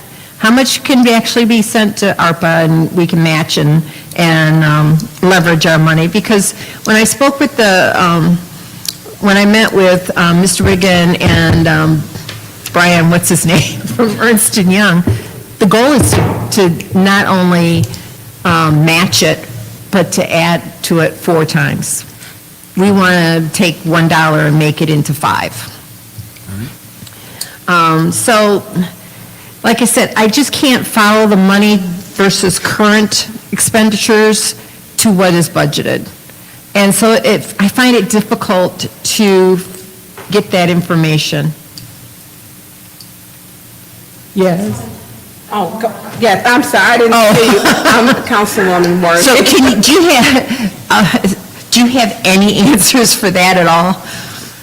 Not for those last 2 questions. I have questions myself, so. Okay, so we definitely have to, I don't want to bring you back, but until we get some of these answers, to me, this isn't a true budget. We can sit there and say, okay, how many officers you have? Okay, well, how does that fit into this budget?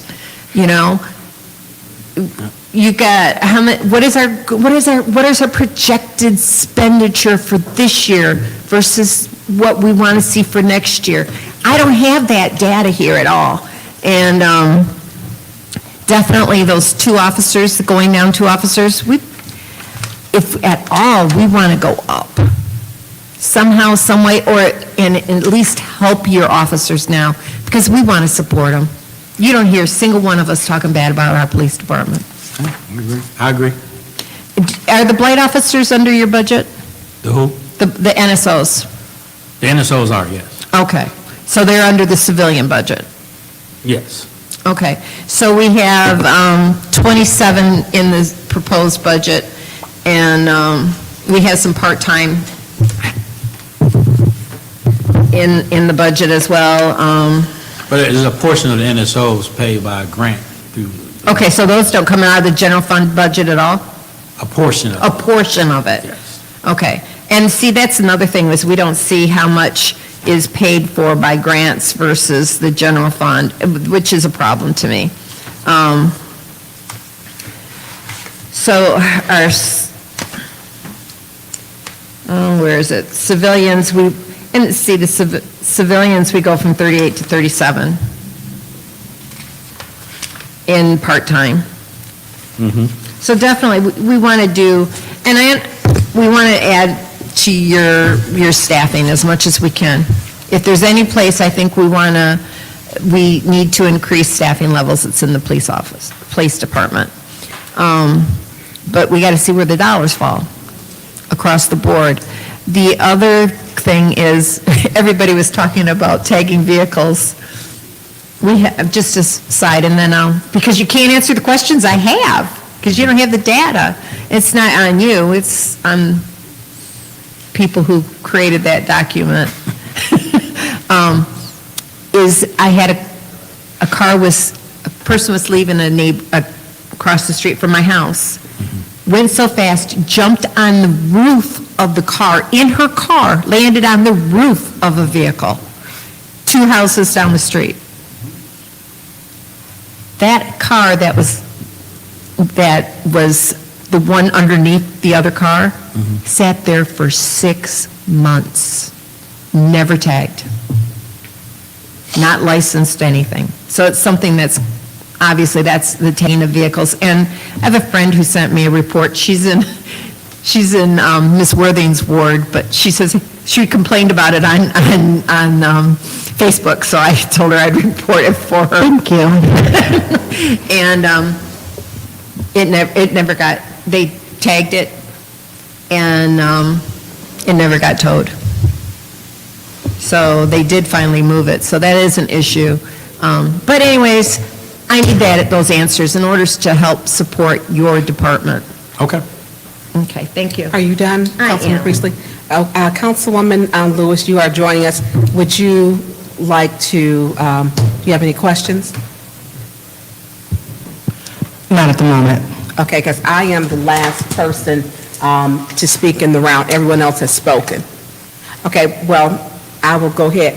I will not go over the numbers that Councilwoman Priestley, because we were here till 10:30 at night on a Sunday, going through the numbers. And as we went through every line item, so her numbers, we are in agreement with, and not being able to answer some of the basic things. I did send you a list, but and a lot of the questions my colleagues have already asked. But I'm going to go over the things that weren't. One, if you could send to everyone a copy of your organizational chart, please, because it's important that they understand the command staff and the order and the process, that it goes. The other part, I would like to, and they have covered, and I probably sent about 20 questions.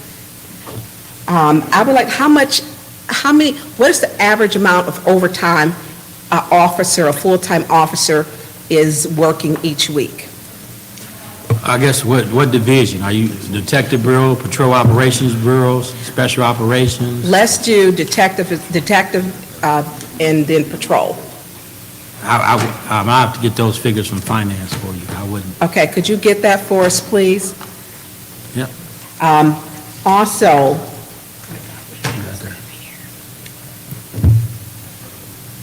I want to talk about, I know Councilman Mays talked about the helicopter, and it should come back up again for this spring.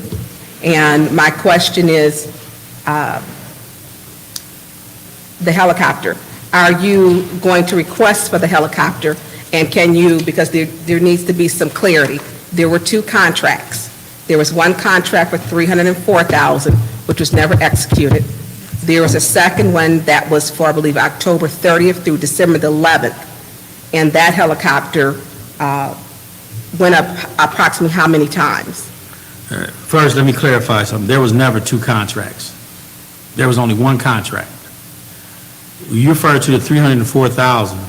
That was the amount that was allocated to engage in the initial contract, which through red tape and a lot of other things, that never, that was our first deployment, and it was supposed to be deployed based on our crime data and evidence-based. That never happened. So there was only 1 contract. Okay, so quick question, since we've got open dialogue. So the copy of the contract that I have, and I can show you, we're saying that, how are you going to describe that? Because there is and I do have a copy. You want to see it? I know what you're referring to. I don't need to see it. Okay. So that one we never used. That was the proposed contract. Okay. If our project would have started, which was, I believe, what was it, in the beginning of June through the summer months, the And that high kind of crime got times. put off. That's correct. Okay, and then so the second one was from That was a $75,000 contract, And what was the date of that one?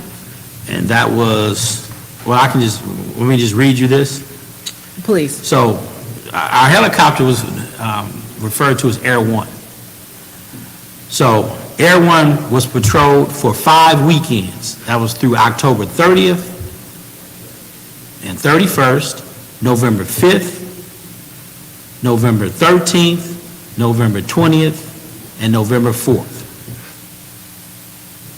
So that $75,000 contract was for those dates. So we take the 304 minus 75, so we got something left over for your department that we can utilize for something else, correct? Yes. Okay, so, but we are currently now using Michigan State Police Chopper 1, is that correct? We've always used their chopper. Even if when we had our own, we used theirs. Okay, and how often is that chopper available to this area, to Flint? They're mainly, I think they were up last night, but they're mainly on the. They're in my summer area months. almost every. They're mostly, I think they deploy at night, mainly at night. And what was on the weekends? Friday and Saturday. But I don't want to speak for their schedule, but that's. No, that's fine, because I do speak, when I do have good correspondence with Michigan Post Commander. So, and you hear it. I sit in my living room and hear it all the time. And you pretty much know if it's hovering, there's an incident. And there's an appreciation. You can hear the cars on balance, you go by. So you pretty much know. So you do have a balance that is left over from that. Okay, my other question, because this is what the public wants to know. What is the public safety plan? Do you have one? Will there be one created to put on the website or on a city site?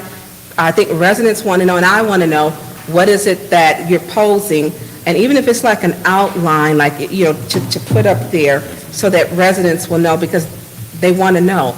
And I know you're out, I've seen you at the scenes personally, and you're out there, and I get it. But I think that the more transparency that we have,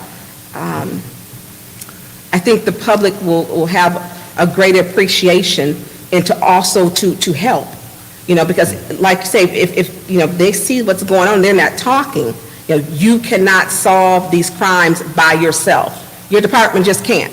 The public has got to get involved, and the parents have got to start holding their children accountable in addition. So what is your public safety plan? I think that was my presentation. I laid out our plan. But posting on a website, I mean, I don't know, what do you mean, post a? I think people look at, when we talk about your goal is, to include enforcement. One of the things that we've talked about is enforcement for loitering around stores. What is the goal for like traffic and speed? Are you going to focus on pulling over people? I know you've told me without plates. Yeah, Are we going to do stings? Like specifically people, they want to know that. Big thing, number one, people are tired of people with no plates. I think in every ward, people are tired of seeing folks riding around with no plates on, because those are the ones doing donuts, sliding, car tricks, or whatever they do, because they think tires are free. Now, I don't understand all that burnout, but they do. We've advertised that on our Facebook post, our website. Detective Booth just did an interview outlining our efforts to stop the pop-up parties and the large gatherings around the Pasadena and Cloud Road area. So we're informing the public on what we're doing. So what's your policy for handling that? What do you mean? So we know that Don Donuts, that area, Cloud Road, they would traditionally shut it down. What is your policy for handling that? So if it's Friday and Saturday night and Sunday nights when it's hot. So is it we don't talk about it, or we just? No, we go out there and impound their vehicles and initiate traffic stops. What we've been doing. That's what he advertised. I didn't see it. I didn't see it. Well, you can speak on that. Thank you. So one of the things that we started early January is that enforcement in terms of the overall plan for adjusting this negative activity or criminal activity that's taking place. So particularly to your question as it relates to Pasadena and Clio, we started traffic initiatives, not only there, but other districts and sectors through the city where we were receiving complaints about illegal activity, drag racing, vehicles traveling without plates. And the Traffic Bureau has written hundreds of tickets during those initiatives, have towed several cars, made over 70 or 80 arrests during those initiatives. So we've started those plans. Now, to go into great detail or post the intended enforcement details on social media or any public platform would be... Just like a general outline. Right, correct, Yeah. and that can be done. Yes. But we wouldn't want to get into specifics. I understand Because it that. would then be pointless, in terms of our plans to adjust that criminal activity. And what I'm saying more briefly is, people they want to know how are we going to address party stores? And the big thing is enforcement. What are we, just a general outline with like our major areas. Some areas have prostitution. We are going to make sure that we're targeting XYZ, not only the prostitution, but then the John. Just something like a general, people are looking for like an entire public safety plan. Not in depth, but just basically like an outline to how, you're going to address like each area. Because there's some area, you see in prostitution is spreading across, they're everywhere. There are a lot of places, I'm going to say that.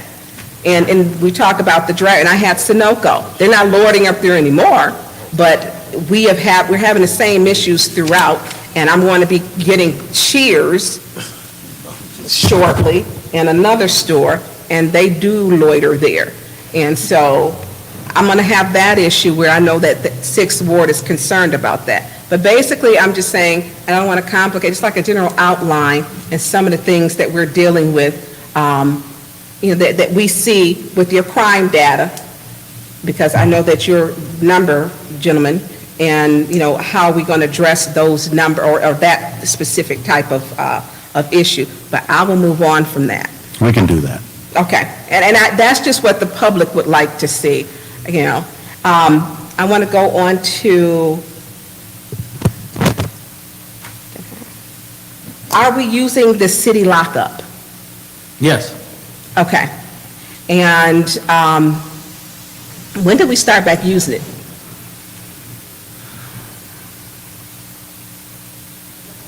I can't give you an exact date, but I want to say last summer, Okay, July. okay. Around And July. and that does help you. Now, were there renovations on that? No. Because I've seen, it looks, does it need, Well, there was issues with reopening the city lockup, and those issues confused me because the city lockup was being operated by the sheriff's department, which we have a contract with, and they do a fine job. The city lockup was closed March of 2020, and it wasn't open until last July. And then we were made aware of all these issues that need renovations. Well, if it hasn't, what were the renovations prior to March of 2020? Why are the renovations required now after this reopened in July of 2021, July of 2021? So we've been asked about renovations. Is it in condition to accept inmates? But was it in that condition in March of 2020? I think it's been that way for 40 years. That's my point.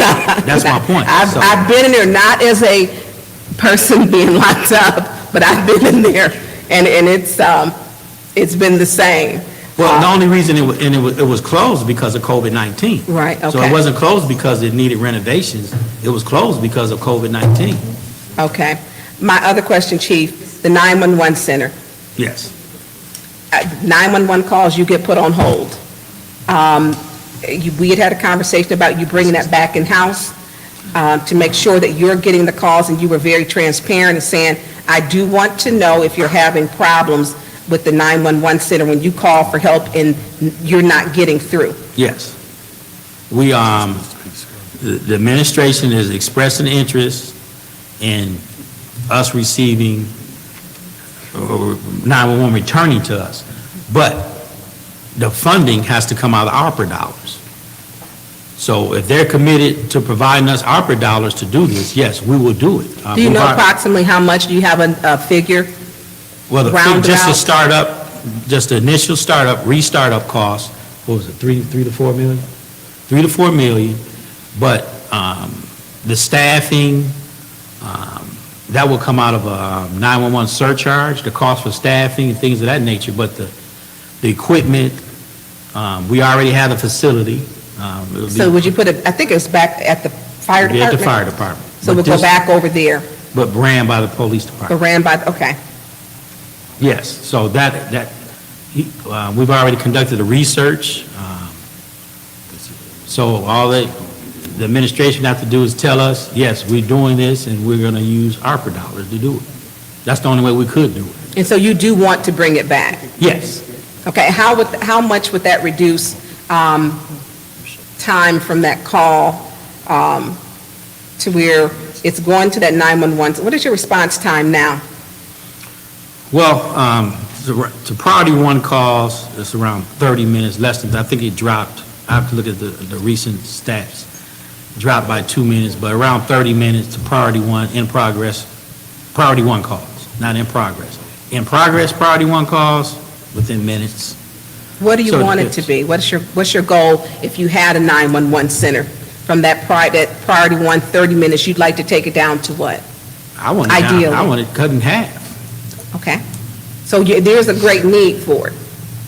For a 911 center? Well, 911, really, the reason why we want to return is not just to reduce our response times, but we get several complaints of citizens that are complaining being spoke to rudely on the phone, being put on hold. If a call goes out, a 911 call goes out, if the police department is in charge of it, which we're even thinking about transition to even before taking that over, we have a supervisor there in the 911 center that can pull.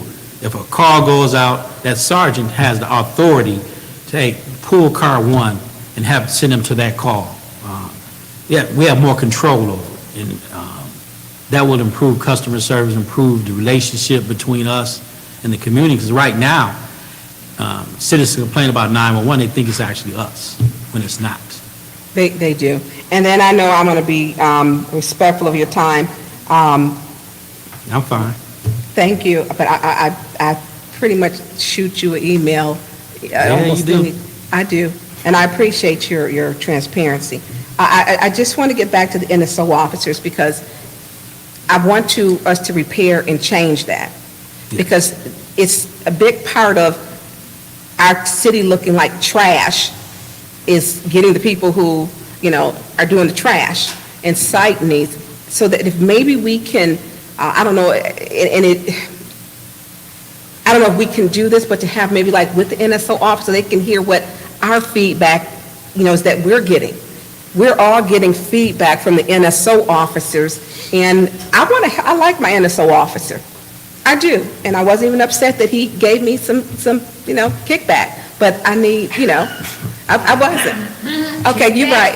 Yeah, well, you're right, Judy, I was a little, but I get their frustration, but if I'm looking at someone who's writing 62 tickets, and 1 or 2 in my ward and all other ones, we have a problem. And how can we help? Because by the time those residents come and they send me an email, they send me a text, them people got every number I got, and I don't know how they get them. They have got my house number, and I don't even know my home phone number. And I get their frustration, but when I'm calling or sending an email or texting, at that point, generally, it has been an issue for years.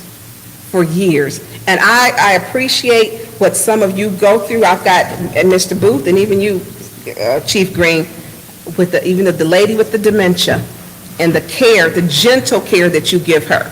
I appreciate that, but we've got to fix the NSO part, because not tagging that trash, and I drive, and gas is high. my gas is not for the city, and I'm driving all the time. So we need to fix that, with them. And the other question, are they manning the mini stations, the NSOs? No, the NSO is there at the mini station, but that's not really, that gives them a location to go to, complete paperwork and, Okay. but they're not taking complaints from the mini Because station. and I'll tell the residents that, because my residents, I think they work for the FBI, because they're telling everything. Their times, where they're at, where the restaurants, where they park. Literally, I think they work for, and I appreciate that awareness, but I want us to, how can we help them to do a better job? And to help you, because if the city's clean, blight and crime go hand in hand. Well, I agree with you that there's some work to do with the NSO division. And as I mentioned earlier, I'm the type of person, if I'm getting all these complaints, I want to know, I want to hold them accountable, number one. That's the reason why I responded, went to the scene myself after I received an email from a couple emails from citizens and Councilman Pfeiffer about a house on Albert. And so, just my own point of view, I drove past and wondered why this house hasn't been dealt with. And I don't know if they issue citation or what they did, but that's part of their duties, is to drive around and observe blighted areas and enforce the ordinance. So I think that's what, if they're not, and you've given the figures of one NSO issuing 64 citations. And 62. Yeah, 62, and another NSO only issued 1 or 4. I don't know if that's within a month or so, but that's something I'm going to investigate, look into, because that's unbalanced. When cars rust on the street, they have been there a long time. I have seen cars rust, and there's rust under, where that vehicle sits. That's a long, how do you not drive by that? There's some issues, and there's things that need to be reorganized with the NSO department. As I stated, we had a meeting yesterday, as early as yesterday, about this, and there's going to be some changes. Well, I appreciate it, and thank you for staying past the time. Dr. Lewis, do you have any questions? Yes, it's just really minor. And Sure, you have the floor, ma'am. Thank you. And I just want to go back to the NSO officer situation. So I know that every board has an NSO. So what oversight do you all have in the field? Because I've witnessed myself NSOs leisurely parked in the trees having a conversation. I can't say it wasn't during their lunch because I'm not their boss. But who, do their boss go into the field to check on their work? I can't answer that question. I'm not sure. I can get that answer, though. I'll find out. There's going to be, like I said, there's going to be some changes, and if that's something that needs to be done. But I can say, no, I can honestly say, I don't think that will require their supervisor to follow them around, and I don't think that's feasible because their supervisor is Sergeant Reed, and she runs the traffic division. She's part of the traffic division. But if she's out and about, I'm sure she's monitoring what's going on. But I know she has some policies that NSO is not supposed to be gathered and, hanging out. I know that's a policy. I'm sorry, I didn't mean to interrupt, because I know that it was very troubling at one meeting, and I just have to bring it to your attention, that when they were assisting at a food giveaway and they were leaving their vehicles running, and when a citizen asked them, hey, why is your vehicle running? The NSO told them, we don't pay for gas. And this is during the time when gas was, pretty expensive. Well, I guess now, yeah. So it was pretty recently, right? Yeah. So those kind of things trouble me. And the other thing too is, do they have a checklist of things that they look for while they're out in the field? Yes, I'm sure they do. Okay, because I know Mr. Edwards sent me an email saying that they do not, and he's not aware of any. So if you're sure that they do, is it possible that we can get that just so we can see what they're looking for when they're out in the neighborhoods? Yeah, when I say a list, when I speak of a list, I mean a list of the ordinances that they're supposed to be enforcing. Yeah, so that'd be fine. So is there a way that we can get that list that they have? Because I know they don't walk around with the big pamphlet or booklet, Yeah. but maybe, yeah. So I think that'll help us guide this, so we know what they're looking for, what they should not. It'll just help us with the transparency piece, so we can just find out, so we can know exactly what's going on. Because unfortunately, I guess I was Nicole Reed for a day, because I called in a complaint with my NSO, and then I went back and followed up. And this is right after they rolled by, and nothing was done. So, What type of complaint was it? What type of complaint was it? It was our trash run on Monday, then we had neighbors that religiously put their trash out on Tuesdays. Now, so I went and I received the email stating that they went to the home and nothing was there. Then I re-rolled by and took pictures. So I guess that's my point. I understand that just keep this in your radar when you are doing your reorganization. Sometimes you're not babysitting, but you're just making sure that the work of the city is being done. So if Officer Reed has to come down and just, go to a few spots to make sure things are handled, then that's just the nature of her job, and that's okay. Thank you. Thank you. Does anyone else have any more questions before we close? Councilman Murphy? Yeah, I just got one follow-up. Is it possible that you can communicate somehow with... Is that the broke one? Oh. Can you hear me now? Can you hear me now? No. Hey, is it possible that you guys could communicate with us when it comes down to crime, stacks? If you could shoot us an email or something, and I'm gonna give you an example. I was at work, and they was like, did you hear about the shooting on Carpenter Road in your ward? I'm like, I don't know what you're talking about. Some of us don't watch the media or don't just be on Facebook strolling. And when my residents come to me and be like, well, what y'all gonna do about the crime? They were shooting over here in this particular area, and I don't know, I'm clueless. So you guys are not communicating with us when it comes down to crime that's happening in our neighborhood, and I just think it's important that we be up on it. My other piece is the media. I had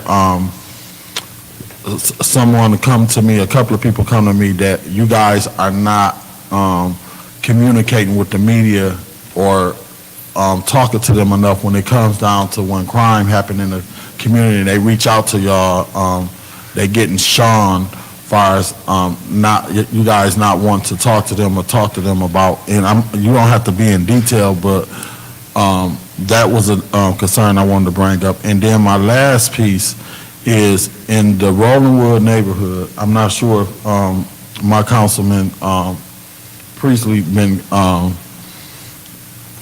getting these calls, but in the Rollingwood neighborhood, since I've been elected, they've been complaining about a loud boom noise.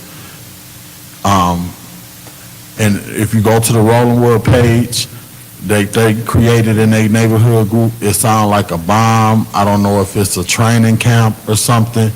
It shakes their house, and it's a mysterious, loud noise that they've been complaining about. You've been getting it, you heard about it? I see it on Facebook. Oh, you see, yeah. It ain't just the regular gunshot, but whatever it is, it keeps shaking their house, and I've been getting that complaint for a lot. I put a referral in to the mayor's office through Clyde to see if you guys can see about this, but it's something going on over there in that area.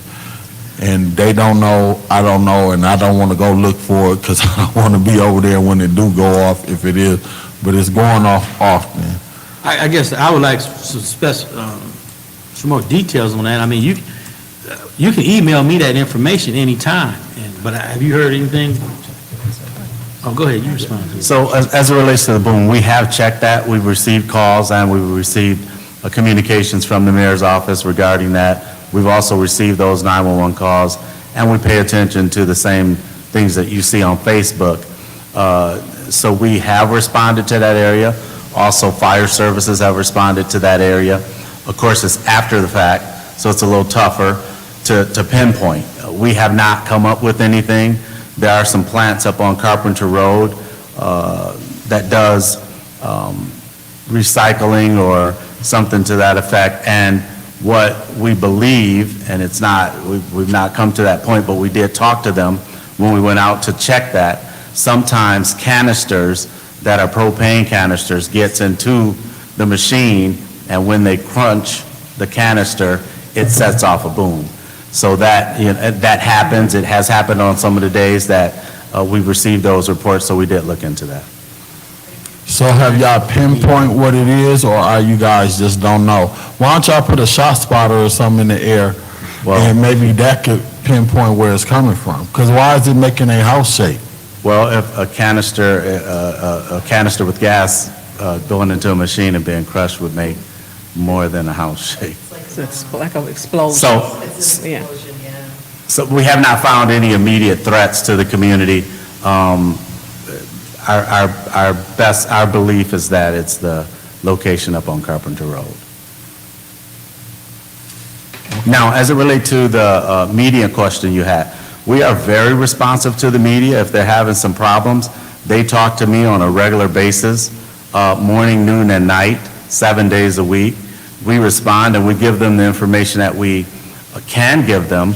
Of course, media wants, and they're serving the public just like we are, and people want to know, but because of investigations and certain things that we must keep inside the police department because of the investigative process, we cannot tell them.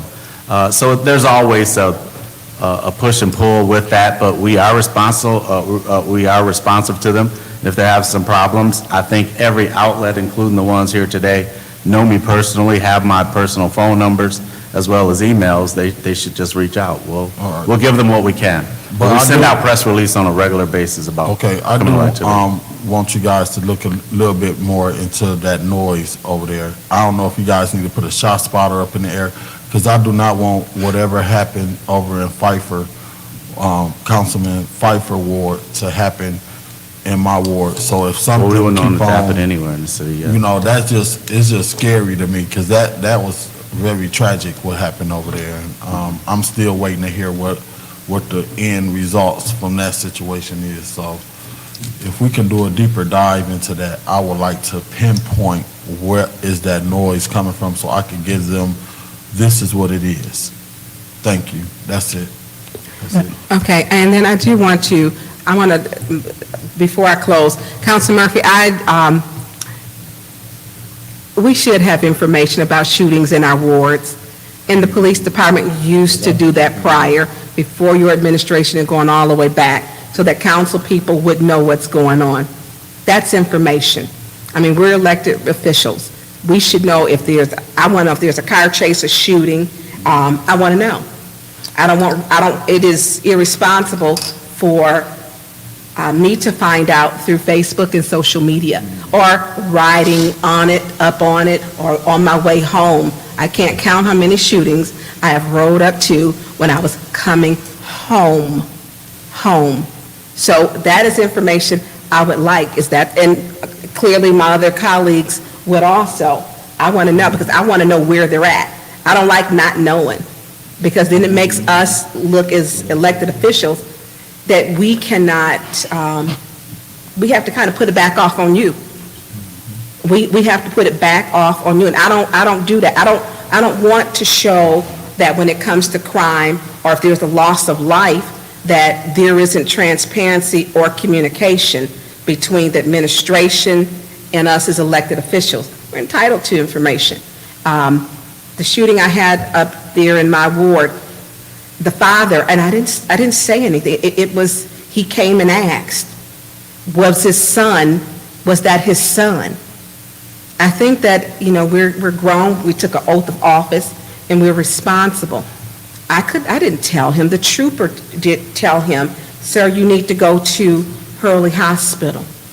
But when there are questions, was there a shooting, we should be able to answer that very simple question without me having to call you, Detective Sergeant Booth, or me to call you, Chief Green. That's public information. I don't need the person's name. I need to know if there was an issue in the 6th Ward so that so I can give good information to my constituents. Because when they go to tell me it was a shooting 2 doors down and, then they set a house on fire and I'm tired. And people think I'm supposed to hop out my bed, and I do. And you know that there had a shooting over there in the 6th Ward. I'm not going to say the location, and thank you for what happened yesterday, because she texted me at 5:41 a.m., and I took her text message, it was corresponding. But let us know so that we'll know what to expect, because she had her house shot at, and this mom was concerned. And when the police department isn't in communication with us, it makes us both look bad. And I want you to shine. Can I ask a question? Yes. So you saying you want us to notify you anytime we have any incident, a shooting, I want us to notify you of any incident that we have in your ward? Well, let me tell you this. I used to get the notifications. Which, Yeah, okay. yeah. But that was not something I even acted on. That had nothing to do with anything. I just started God knows. So when we're being transparent, what I'm stating is, yes, I want to know. It could be monthly. It could be weekly. I mean, that's a simple compiling on an Excel sheet, shooting it out to each ward. Because that, to me, is it somehow, because I know they used to do it before we had computers, so computers makes it a little easier. I know that you don't have a lot of staff, but is it a difficult task to do that? Because they used to do that. Council people had that information. Well, that's something we're going to have to discuss, because a lot of these incidents are confidential. It might be something we don't want accidentally released to the media. So if we start we don't want to see it on Facebook. We don't want to see our officers on Facebook at a scene. Yeah, we're not saying that. We're saying, so there was a shooting in the 6th Ward. We don't have to have location. Just let us know. The shooting in the 6th Ward, the homicide. Listen, I got to shoot the 6th Ward almost every day. You were there on Facebook Live. I sure was. That's what we don't want. Well, you know what I don't want? You not communicating with me. Because I guess what I had? People calling me. Actually, I was leaving a meeting, going to another meeting. The public wants transparency. Yeah, I understand what you're saying. I agree with you. The public, we need, my biggest platform. We can figure it out between us. Yeah, my biggest platform is transparency, but when we have the homicide, last homicide we had on Flushing Road, we don't want that on Facebook Live. We don't want that advertised. So, can I chime in right quick? Sure, go ahead. So, I hear you don't want it on Facebook Live, but technology, that's, even if Councilman Burns didn't do a Facebook Live, somebody doing it. You're exactly Facebook right. Live, so I'm not sure that can be stopped, whether it's Councilman Burns or anybody else. My thing is, and I just think maybe we could come up with a compromise agreement on what we can do, and I understand what you're saying, like, you don't want us, you have to keep on reporting to us on every situation. I just felt less of a council person when a young lady that worked with me over there at Lear came up to me, and she was like, well, what happened on the next street from me? Somebody got, well, what's up with these 2 or 3 people that got killed, and me not watching the news or nothing like that, I didn't know how to respond. So you are not even though you're the chief of police, you are not the person that our residents is coming to when it comes down to their safety, because this is their American dream wherever they live, and they living in communities where the next door, 2 doors down or around the corner or down the street,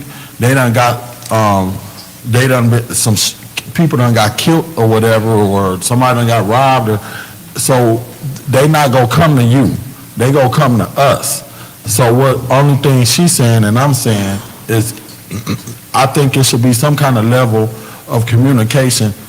Even in the charter, we put where we wanted the department heads to come and do quarterly reports to us. The reason why, because historically sometime, you had department heads that was not coming and reporting to the council what was going on in their departments. So in the charter, we wanted to have quarterly reports brought to the council so that we can get that communication. Since I've been elected, I have not got any communication when it comes down to crime, or even had you come before the council, or maybe I missed a meeting or something, where you have actually came to the council and told us about the crime and the statistics, and we had some dialogue. And I'm not just talking about your department, there's other departments too that I don't believe Section have came- 3-208, where have came to our department. So even if it was quarterly, you know, you could do it every 3 months or something, be like, okay, well, here go the crime statistics, since you may not want to communicate on a weekly or daily basis if there's some crime in our neighborhood. But if we could get those statistics and be like, okay, in the 9th ward, in the 8th ward, in the 7th ward, we had these many B&Es, this many assault, you know, so we could just look at those statistics so that we'll know the trend in our community. That's all I'm saying. I agree with you saying, I agree with that portion. And we can arrange where we can have our bi-weekly statistics emailed directly to you, every city council person here. We can do that. That's not a problem. Yeah. Are you talking about the That can be crime done. statistic report, Chief? What's that? Are you talking about the crime statistic report? I can That get- comes out I can weekly? get everyone something like this. Okay. Which has our details. I don't know if you can make it by ward or whatever, have it broken down by ward. I think But we that- have it broken down by, you know, districts like north, south, east, west. But that's not the issue. And I agree with you, if there's some major issue in your ward where we think public safety is a major concern, like if we had homicides and these homicides, the homicides were random, not targeted, then that is something, we would put out a public notice on that. We post all of our statistics on our website and, where else? They're posted, they're made available to the public, and the public gets those. The media receives them weekly. But if you want something specific to your ward, that's not a problem. Well, I don't think it's just specifically to my ward. I'm just. I understand, I'm talking about any ward. Yeah. And when people are dying, that is major. You know, when a life is being lost through, especially violence. I mean, a regular natural death, you know, that's normal. But, you know, I'm hearing people come to me like, it look like it's a lot of people done got killed this week. 2 or 3 people done got killed. I hear more from Councilman Burns when it comes down to, she give me more reports than I've heard since I've been on council. So if I need to know who done got killed or something, I listen to Councilman Burns, and I appreciate her bringing that to our attention. But if we can work something out with that, that'd be fine, because I don't want to hold this meeting up no longer. That's fine. If we can, and thank you, Councilman, if we can do it with care and with respect to the victim and the family, and I think, I don't know if we need to sign an agreement or whatever, that's fine. I don't know how we get to this point, but I absolutely want to be clear, because you said, I'm not on Facebook chasing crime. Crime is just where it's at in my ward. So if I'm coming from taking my dog from the veterinarian, shooting on Ballinger and Court, if I am on my way home from the meeting where we voted to give you $500,000, and there's a homicide at the store, I mean, I can't avoid it. I mean, unless I stay home. And you might want me to stay home, but my residents want me out there because they call me. Now, I don't give them all your phone call. I don't give out your number. I did maybe twice when I was frustrated over a year ago, and we got on a different page. But if I can't get someone in the police department, I call Michigan State Police. I want my dialogue to be directly with the Flint Police Department. I shouldn't have to go to Michigan State Police for nothing, for no answer. None. I want to have that dialogue for you, because when you come and say, hey, are you going to support us on this, or we need your support, I've never told you no. I want you to go home safe, just like I want every resident to go home safe and to be safe in their homes. And I take the brunt of them calls that y'all don't even, I get the moms crying, I get the dads crying, I get that, and it's hurtful. So whatever I can do to make sure I'm helping to reduce crime, I'm committed to it. I'm committed to it, and we're going to have to do something to where, that information, I don't want to have to FOIA information to get it. That's not a good look. Let's create some type of, we have computers, no one has to write it out anymore. Let's figure out how we can generate something so that we can have some good information, as you would say, factual information with good numbers. I hope we can, agree on that at some point. And does anyone else have any more? All right, well. Chief Green, my residents just want the prostitution off of Franklin. You got it.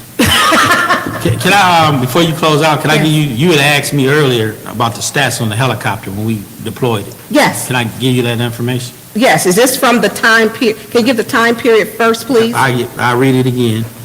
So Air One has patrolled for 5 weekends, October 30th and October 31st, November 6th, November 13th, November 20th, and December 4th. The following are highlights from Air One patrols. Air One has assisted with 10 arrests. It assisted with 10 arrests. Has located 4 be on the lookout suspect vehicles. These suspects were involved in reckless driving and domestic disturbance incidents. Has assisted with 2 traffic pursuits. Located the home of a person with a gun in a domestic disturbance incident and gave ground units information prior to their arrival. The subject was arrested without injury. Has observed and notified 4 hazardous incidents, such as car broken down in the middle of the road or wires down. The average arrival time after the dispatch time was 5 minutes for Air One. Okay, and can you email that to myself and my colleagues? You can have. Sergeant Booth, Yes. can you get a copy of that? I think you seem to be the go-to man for that. Yep. If we could get that, and those are numbers that we've been, been asking, I would appreciate that. Because that gives us, some information for the helicopter. Now, my other question is for enforcement. When the helicopter is up, do you have generally enough enforcement for that? Pardon me? I didn't. Enough units per shift? I'll get with you. I'm going to let everyone go because I want to thank you, Chief Green and Detective Sergeant Booth, for being here. The time is 8:10 p.m. The City of Flint fiscal year 2022-2023 proposed budget, forecasted budget. This meeting is now closed.